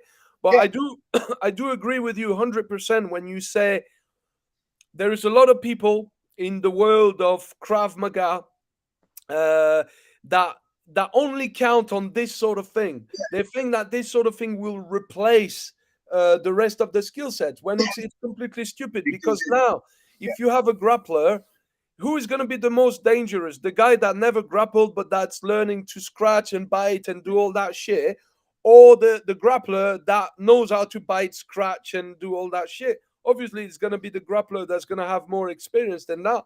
And there is a lot of, you see, the thing with me, man, is I don't I don't spend my time, because I have been doing in the past, arguing online about this stuff. But some people, you will never get to them, bro. You know, no, it's just no, the way that it is. But a lot I of Krav definitely, Maga people say, "Oh, we train for the street. We yeah, don't train for the sport." But they don't understand. Most of them never been on the ring, bro. You know, yeah, when I yeah, first yeah. step on the ring, it changed my life, bro. You It's know, bro, it's it's compete when people say, "Oh, this is the street and this is the sport." You clearly never been waiting your turn to go on the mat or in the ring. When you your did both. fucking Yeah, shit is like this up your fucking ass, they call your name out. You have to step out. Your family's fucking watching you. Like yeah. it's once you start fighting, that's the easy part. But the shit It all before switch that, off. Yeah, like for me it's horrible. Like I start getting my mouth would start getting dry, adrenaline kicks in. Yeah. You're like, fuck, if I lose in front of all these people, you know, they're gonna think I Yeah, yeah, suck, yeah. I know. everything. Like I have and this is, I'm not bragging, like I have fought through my childhood and into my adulthood in the I've had street fights, I've had street, and I tell you, none of that shit except when you know, except the knife one, I ever got scared like I got scared before a competition, because Yeah, it happened so fucking fast. Like yeah, I just started afterwards, I was laughing, bro. Once you get to the venue, you're gonna be fighting in 2 hours. Now you're thinking you're watching the guy. Fuck, bro, yeah, he's big.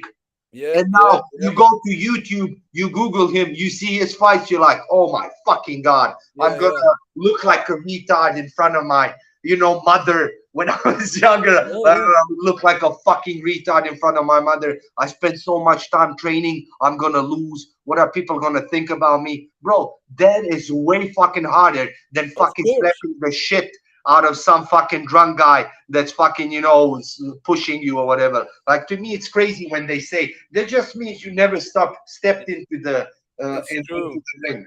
Yeah, You know the worst thing, bro, is when you go and do like inter clubs, or you go and you know, you have your fight, and they tell you you're fighting at 2 o'clock. You go and see the guy, you know, with the list on the paper, who's got the list of all the fights, and you ask him, when is my fight? Okay, yes. So you are okay. You're third. Yeah, yeah. You another 3 fights for. So you get ready. You ready. put Yeah, all your gear on. In yeah. your head, you're ready to go. Yeah, and then the organizer is coming to see you, says, sorry, this guy was not here, this has changed, and now they put you at the fucking back of the list. Back So on now the list. all your energy was Yeah, up, hyped, yeah, yeah. and now you go down and you gotta wait the whole day, and the whole day you're stressing, and at the end your fight is at the end of the day. And you Mate, feel like shit, and you feel like, and this is what I'm saying, and you feel like shit, and you still fight.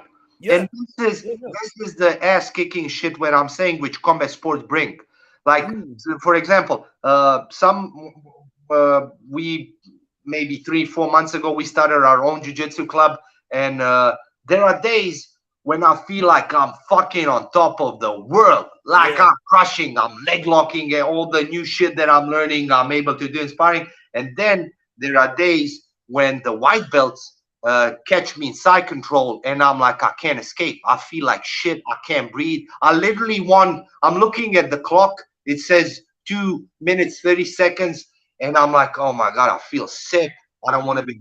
But my mentally, I'm like, I have to push through this. If yeah, this was reality, I can't give up. And that generally, that hardship you get in combat sports, yeah, that prepares you so much. When you get hit in the street, your training kicks immediately in. yeah. This Of is what course, makes you grow. yeah, of course, sports will not translate for weapon work. Like you know, you just start punching someone and they're holding a knife. You're a retard. Like obviously, Mm, if you can run and everything, but that mental, like for the most of us and for the most of these people that are interested in self defense, it's gonna be empty-handed fights. yeah, Like it's always good to be prepared, but most of your fights are gonna be roid rage, some sort of fucking altercation, yeah, club shit, whatever you're doing. It's gonna be, and uh, people don't understand that, you know, it's once a fight starts and once you get slapped or punched, if you're not accustomed to that concussive feeling, and that yeah. feeling sucks. You're Like gonna go in shock. Yeah, yeah. the shock. Like I haven't striked like kickboxed in fucking 4 or 5 years now. I put on gloves just for the fun of it before jujitsu. My friend was there. We were warming up. He says, "Let's just, you know, slap box, bro." It was all fun and games until he fucking jabbed me through my guard and my head went back, and I'm like, bro, fuck this shit. Like Yeah, it was literally like, fuck this shit. Like I don't miss this at all. Like I know I can take the fun, but it's not fucking fun. And this yeah. is why these people don't want to train this, because Mm, it's like, of course, if you're into it, it's gonna be fun, but it's yeah. not fun getting smashed, bro. It's not fun getting punched, getting thrown, Takes getting. you out of your comfort zone. Yeah, It's and it fucking fucks with your confidence. Like yeah, you come, they play with you like you're a child. You come into a boxing ring with professional boxers, and you're like, bro, I don't know shit. and you thought you were like the man and everything, and Well, you can't fucking hit someone, and it's like bro, so demoralizing. You're like, bro, I've been training martial arts so much. How yeah. the fuck do I suck like this? You And it's see, just this is what I love about it's how you actually build. You destroy your ego like that. You gain that humbleness. I know for a fact. Look, what you just said, exactly that. I mean, I've been training since I was 4 years old. I've been doing a lot of martial arts. When I go to do Thai boxing here in All yeah, Powers Gym, Panikos's gym, I get my ass kicked. Most of the time, I get my ass kicked because these guys are professionals. These guys do this for a living. They're yeah, professional fighters. yeah, But but what I like is that I'm going there still because I know I'm gonna get my ass kicked. But every time I'm learning something, yeah, yeah, um, you know yourself. So you're a better fighter than some people, and then some people are better than you. When you train with people that are better than you are in the student mode, you are in the learning yeah, mode, and yeah. then your ego No, no, gets I agree with crushed. you. It's like your ego gets crushed, little, Yeah, and then you're gonna go and teach people that you are more experienced than them, and now you can give them something more, but now in a much more humble way because you know yeah. that there is But better than you. a lot of people cannot take that mentally. Yeah, I Like know, I know. we get this in our jiu-jitsu club a lot, and the Mm, former club I trained, we would get like big power lifters and bodybuilders come, and there's something so humbling, especially in jiu-jitsu, because in boxing, kickboxing, Muay Thai, it doesn't matter, striking, you can get knocked out, but mm, it's you don't have control over it. Compared to grappling, I make you quit. I make mm, you that. I am mm. making you like you don't need to do this, but you're quitting by yourself. You're tapping. A tap Yeah, means you quit. Like a knockout is I don't have control over a knockout. yeah, So yeah, we would get these big guys, and coach would say, "Okay, roll with them." And my South African friend, he's 75 kg. He's a killer, bro. When you see him, he looks like Ash from fucking Pokemon. But inside, when he fights, it's like fucking, it's ridiculous. Like he's strong as a fucking gorilla, has technique, guillotines for days. He guillotines everyone, and he fucks up a guy that's 90, 95 kg. And mm. for the most part, these guys don't come back. Like, you know, they don't come back. Like, and we keep it gentle. We, you know, as we're Mm. rolling, we tell them like, I see him like he's.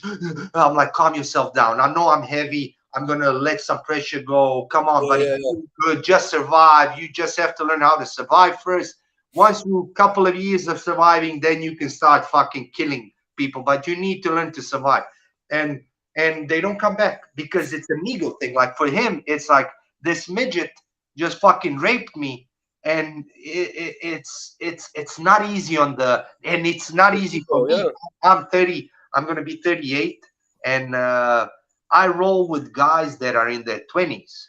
yeah, And yeah, if I don't use dirty ass techniques like I do now, I started focusing on leg locks a lot, which is like um, it's still in Croatia. It's not done, especially in the city where I live. And like I'll fight these young, naturally athletic, gifted 20-year-olds. We've been training, let's say, the same, or they train a little less than me, and I'm barely keeping up. Like we do yeah, 2 rounds, I'm fucking breathing, I'm walking around so they don't see, and they're like, okay, let's go again. And I'm like, holy fuck. This is why I said this to a friend of mine. He's like, he always says, "You're a crazy man for carrying a knife. Only crazy people carry weapons." And I'm like, my friend, this is because you never fought someone young and athletic and mm, strong. Like you have never, I have never understood weapons until I started fighting, sparring kids in yeah, their 20s that are fucking high on testosterone, full of fucking life and strong as a motherfucker and like 110 kg. yeah, Once you start fighting these people, you see the inadequacies of your own body and age. You're getting yeah, old. yeah, You're not fast. You're not sharp as you used to were. Stress of life, everything. So again, we need these tools to fucking shorten the gap.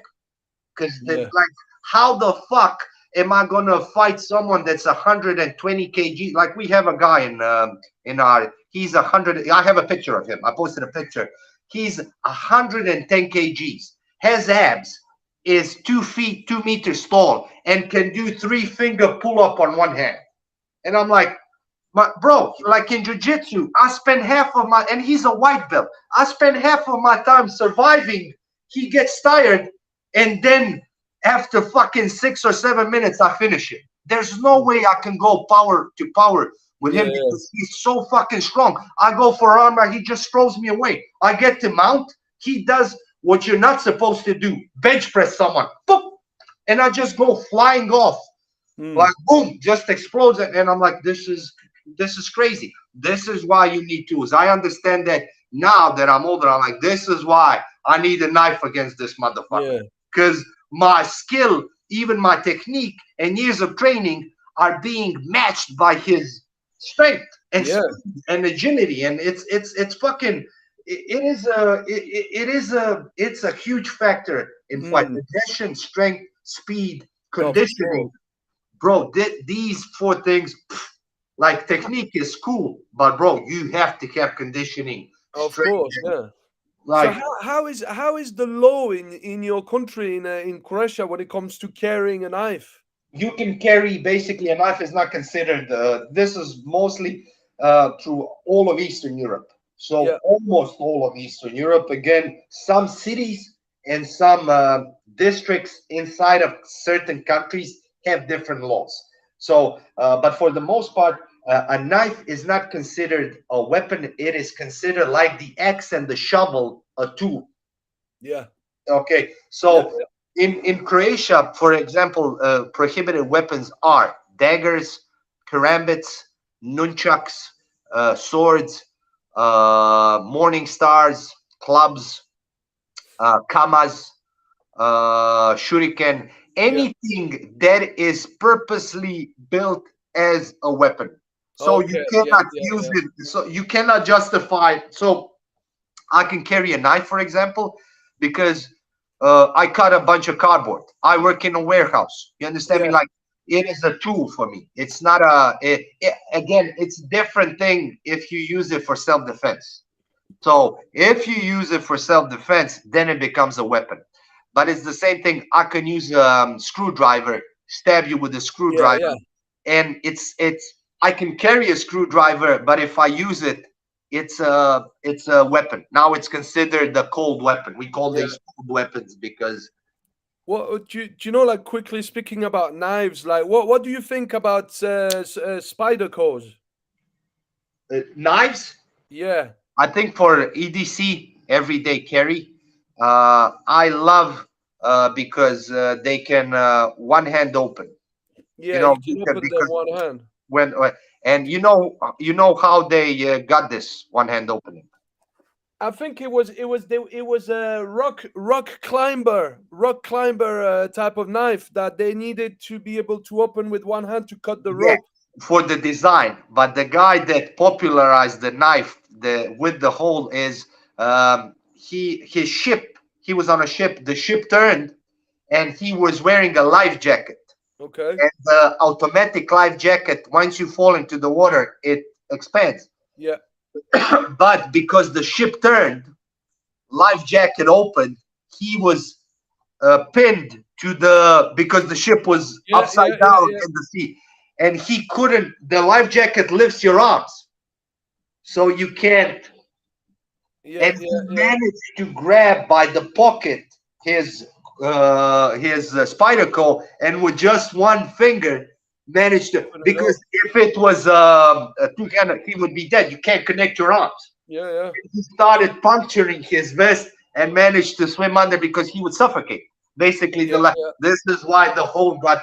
I really like spider claw knives. I generally dislike folding knives as self-defense implement. Yeah, I know why. It's so much easier to have a fixed blade that you don't have to open. Yeah, the thing is, like, I carry a fixed blade and I carry a pocket knife. I use this for work. So I pack a lot of shit. So packing, cutting rope, and this is why the serrated shit is good. Generally, I don't like the teeth on serrated on. I don't like the serrated teeth on knives just because slicing becomes such a fucking issue with it. Like I Yeah, just don't especially like it. This is not. with the clothing. If you have a heavy clothing, Yes, it might slow your slash down. Yeah. it starts snagging and catching. This is why again I carry like uh, Mm-hmm. small fixed knives which are like if you look at this is like an average pocket blade, Mm-hmm. Yeah. you see, and this is enough for me to grab a full fist to stab. I can fence with this.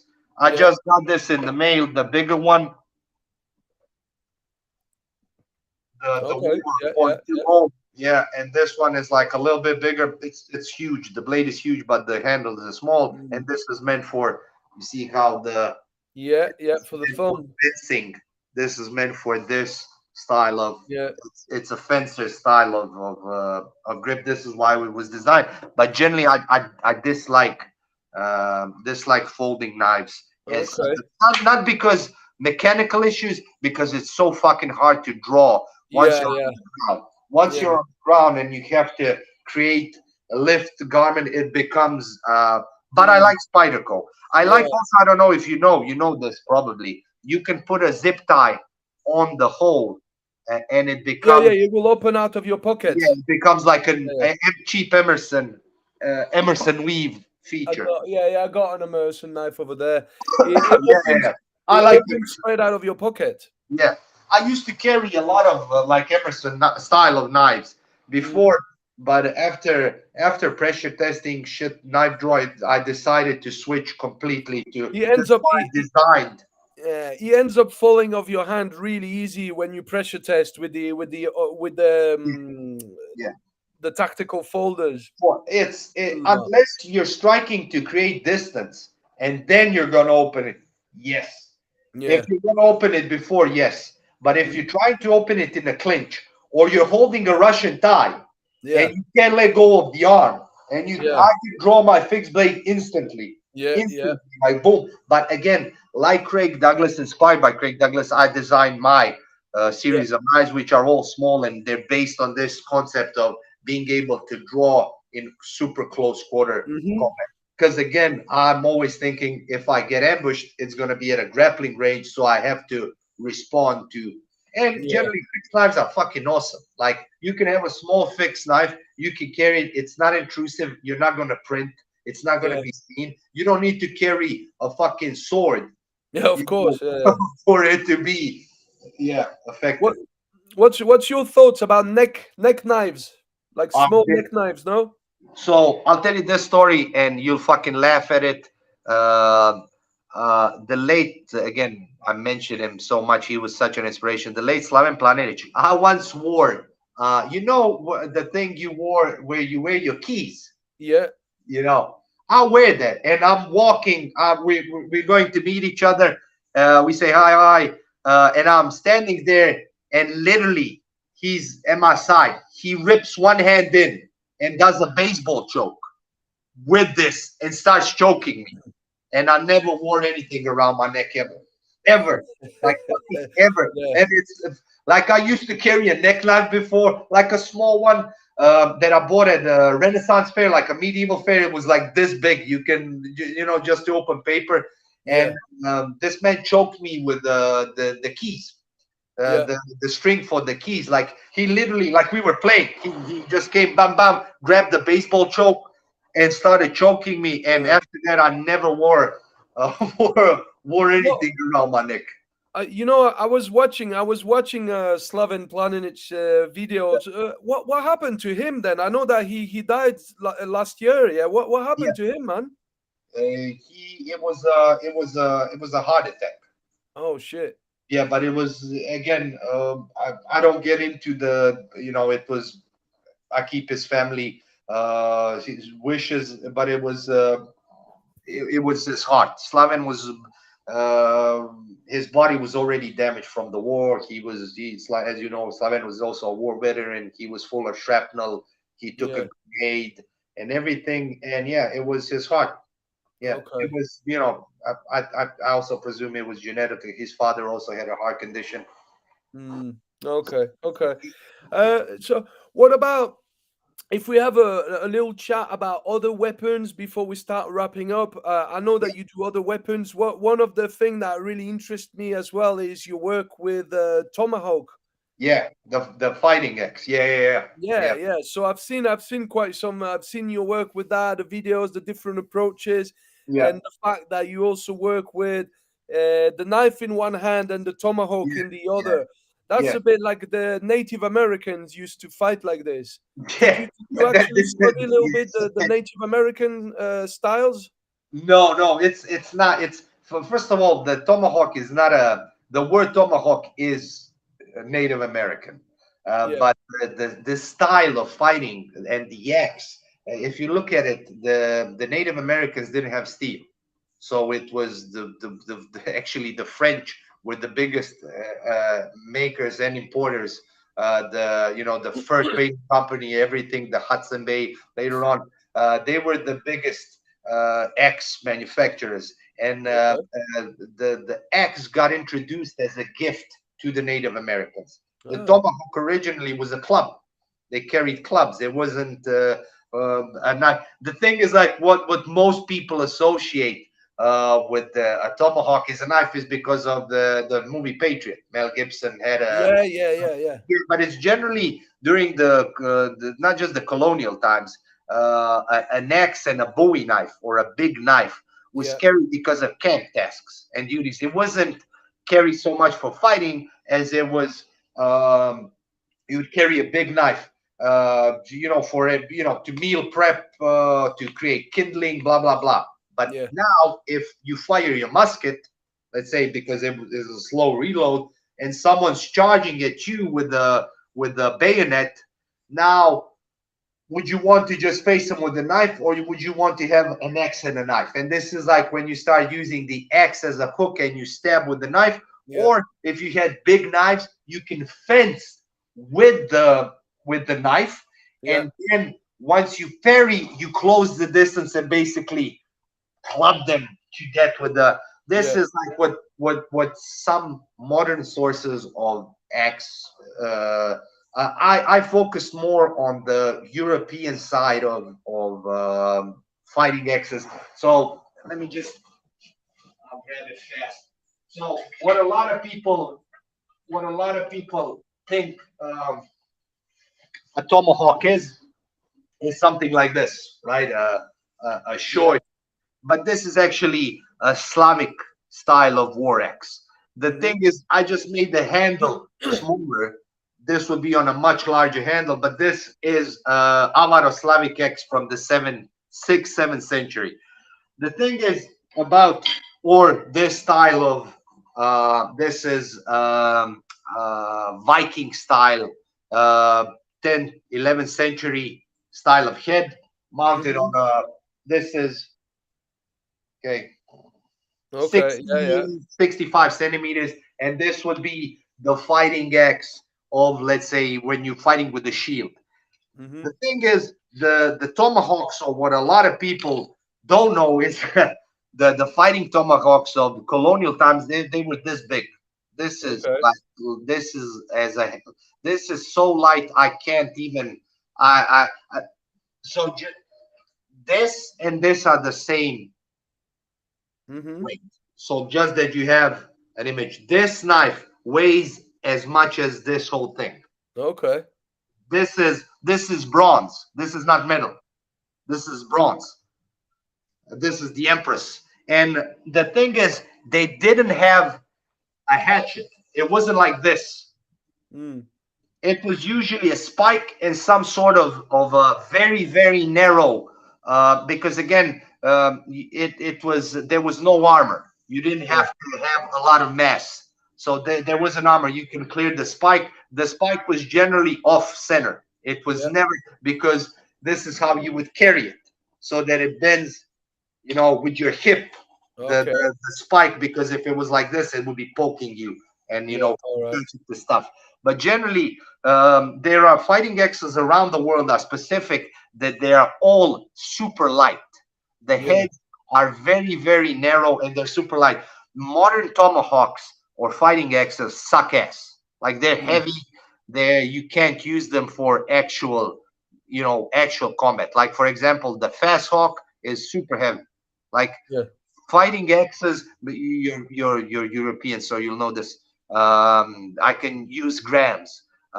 Fighting axes general didn't pass 600 grams, 500 grams. Mm. This one is 450 grams, so this is less than half a kilo. Yeah. You understand? Yeah. This is light Yeah. Yeah. because I wanted to strike something with a not a chopping strike. I don't need to stop this. I just need to go through it and then just continue to Yeah. move it. And I have these points where I can thrust. I Yeah. can Yeah. thrust to get a distraction, and then I can wind up and I can control the momentum because it's really nice balance. Modern tomahawks that are made from all steel Yeah. suck ass. Like, Yeah. don't Yeah. buy these axes. If you want to get into fighting axes, always get a. This is a modern take on it because this is bronze head and wooden handle, but you Yeah. can make it yourself. Like this one, again, wooden handle, tried and true tested design because you want that X to be light and choppy. You want to be able to have these choppy movements and Yeah. not, swing the X like it's like a wooden X, like an X for Yeah. yeah. Okay. No, that's interesting. So, is it a bit the same principle when you're using machetes now and things like kukris, which have the weight more concentrated at the back, at the end of the blade, where now it changes the way that you use it because now, as you strike, you can really feel the blade going and pulling you with it. It Like, pulls to the ground. All of front heavy weapons will pull you into the ground. yeah, This is why, like, especially when you swing an axe, you have to move. Like I have a bunch of videos. You have to move your feet because yeah, there's a chance that you can hit yourself. yeah, And yeah, yeah, again, that fucking sucks. You'll hit yourself in the knee. The thing is, like with the kukri, it's different because a kukri is this is a short one. Yeah. yeah, So that's more of a machete. Like what you have is more of a machete. But yeah. like if you look at this, look at the size difference. Ah, yeah, yeah, I yeah, can yes, you can stop this relatively easy. It's not that easy it's not gonna drag you down.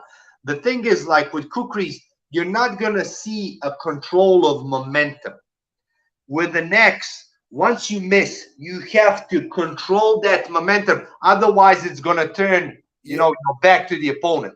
But yeah. if you miss and again, it's very similar to European saber, old school saber. Oh, You yeah. know, One hand saber. one hand, it's a very like the moulinet, Yeah, Moulinet, right? Yes. it's very similar to that. You have to strengthen your wrist, but the techniques are very similar because the saber is also front heavy.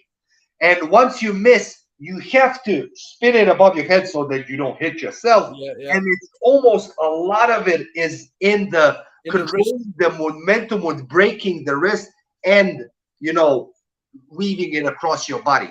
Because once you start swinging it, anything that's in your path is going to get hit. Like this is not this compared to a machete. A machete is light. A machete is thin. Like once Yeah, you get hit with this is like a baseball bat and a knife, yeah, yeah, all in one. Like yeah, it's front heavy, but you still have an edge compared to a kukri.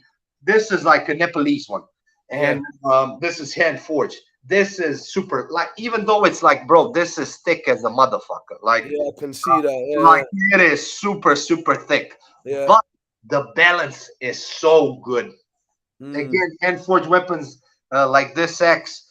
This is a cold steel axe. I modified it. I cut everything, and it's light, but the weight is kind of okay. But this is a Bulgarian hand forged axe, and mm. this is like the balance is perfect. Like hand forged things, handmade things are always better. Custom things are always better, but you can get cheap cold steel axes for $30, and you can make them into nice, wieldy fighting axes, which you can, you can use for home invasion, put it by the door or Yeah, whatever. They're very useful, not just for whatever you hit with the axe, it's gonna suck. Like yeah, yeah, yeah, for sure. in machete, you can hit someone, and if it's not sharp, it's just gonna be a dull strike. Yeah, Bro, this can be dull, dull. If I hit you in the it head will with get this, in. Yeah, yeah, yeah, if I hit you, even if I turn the X and I hit you with this, yeah. It's I'm like a hitting hammer. you. Yeah, Yeah, I'm hitting you with a hammer. I'm hitting you with a piece of steel.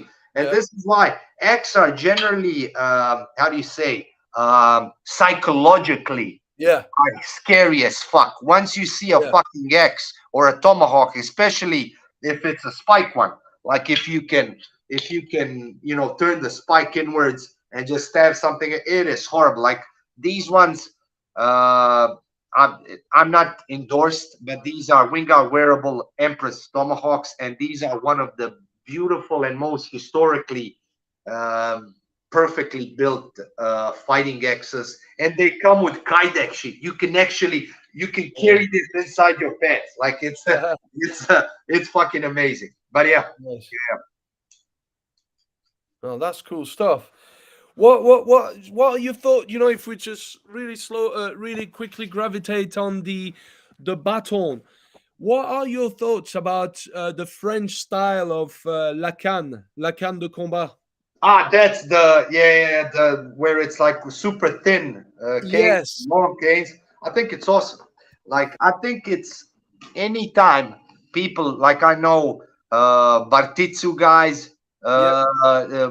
the guy that invented Bartitsu, he did cane French cane fighting. I know Teddy Roosevelt did French cane fighting. I think it's an awesome thing because again they put on masks, they put on gloves, And the and we pressure can test. argue that the sport became it's more theatrical now. They Mm. jump, they turn around, they strike, whatever. But the practical application, I think it's great. Anytime someone puts on a helmet or whatever and they go out there and try to hit each other and prove each other, I support that. Like I think Yeah. it's awesome. uh, could the sport be changed to fit more self-defense? Yes, it could. Mm. But again, I get it. It's a sport. It's a cultural thing. It's a Yeah. French thing. It's like Savat. I think Savat is great, but Yeah. also fucking Muay Thai is awesome. So it's just Yeah. like, yeah, Everything's got something to offer.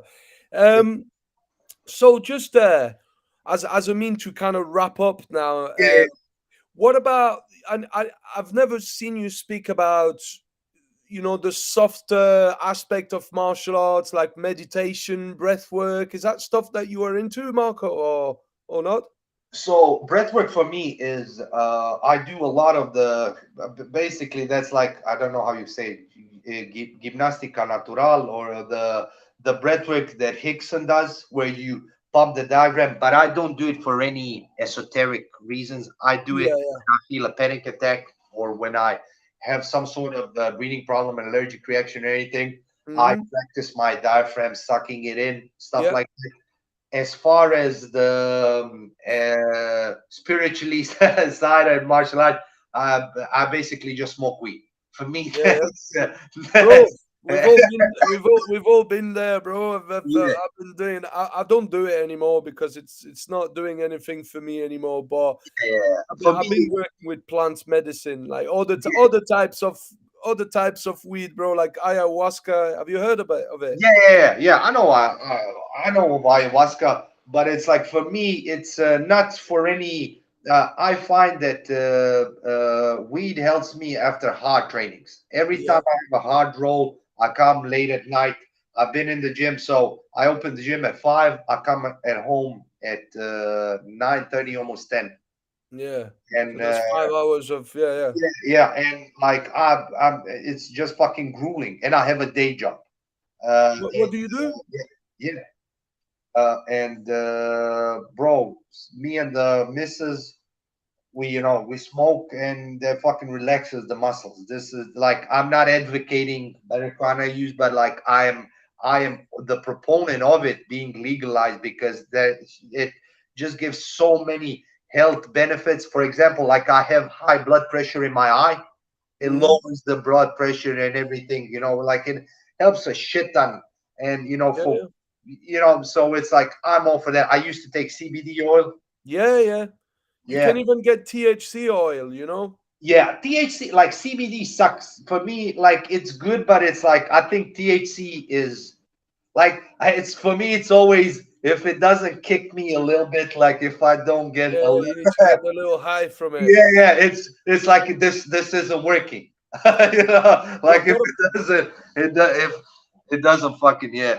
what about as an instructor? Do you find that it helps you being more creative? Because I know that a lot of musicians, for example, I know I'm into music, and for a long time I was actually using THC, to motivate me and to give me that creativity, you know. For as far as martial arts, no, because for example, there's jujitsu is always connected somehow to weed. So it's like always, Eddie Bravo and the whole Ten Planet gang, they all fucking smoke weed. I know some of my friends can get high and they roll and they say they have the most creative rolls and problem solving while they're rolling. I have tried this once and it went horrible. So I got stuck under 100 kg fucking walrus. I started getting panic attacks. I couldn't breathe. Yeah, yeah, I started like for me it was horrible. So I was like, nah, nah. But I get some people, some of my friends, they get into this flow state because you can do yeah, this with jiu-jitsu because there's no punches to the head. So I would never smoke a joint and go to boxing. You yeah. understand? It depends. Yeah, yeah, Or anything that happens fucking fast. I would never or June or somewhere where you can get thrown.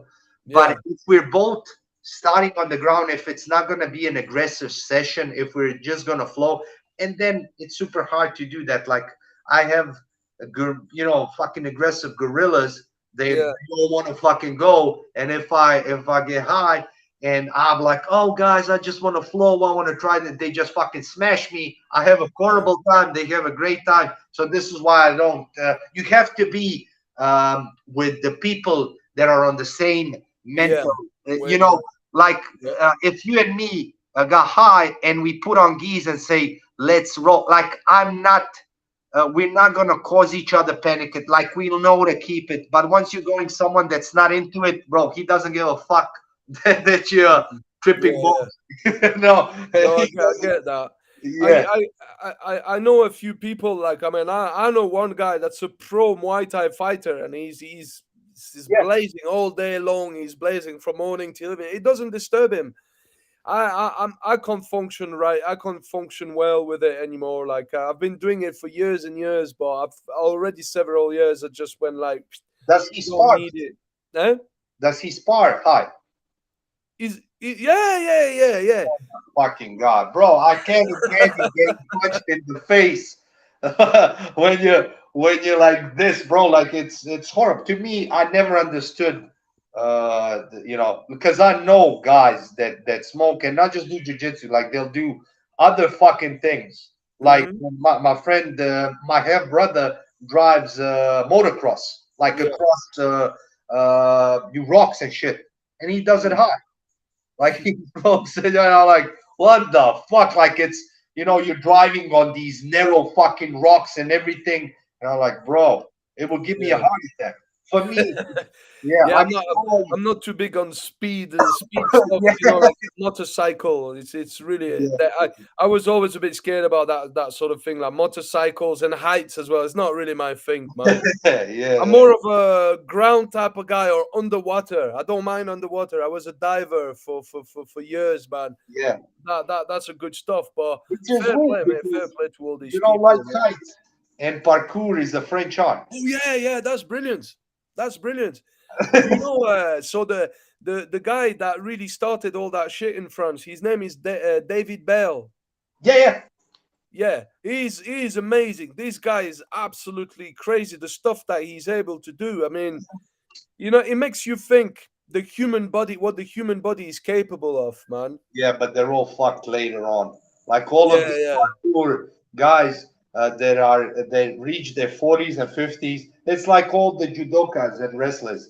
Once you hit fucking 50, your knees are gone, your fucking legs are gone, everything's fucking gone from years of abuse. Your yeah, body's taking it.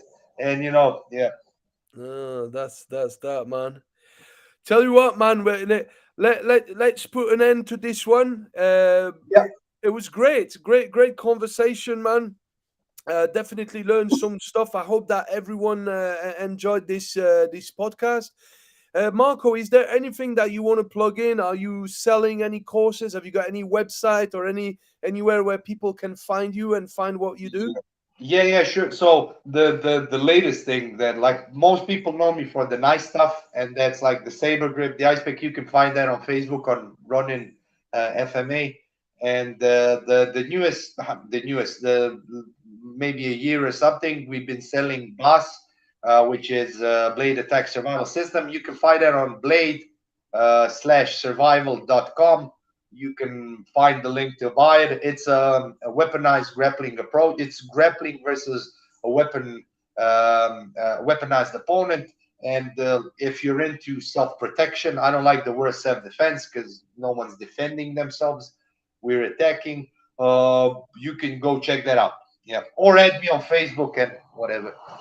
Nice one. Well, I can say I have purchased your BAS program Yeah, that you did with Slavin, and yeah, I thought it was really good. There's some really good stuff in there. So anyone that wants to have a look at that, just hit Marco up and see yeah, if you can get that.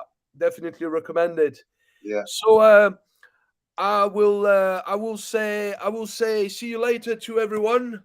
yeah. I'm gonna go and get some food now. What time is it at yours, man? I'm an hour in front of you. All right. So yeah, so it is gonna be what? 20 to 8.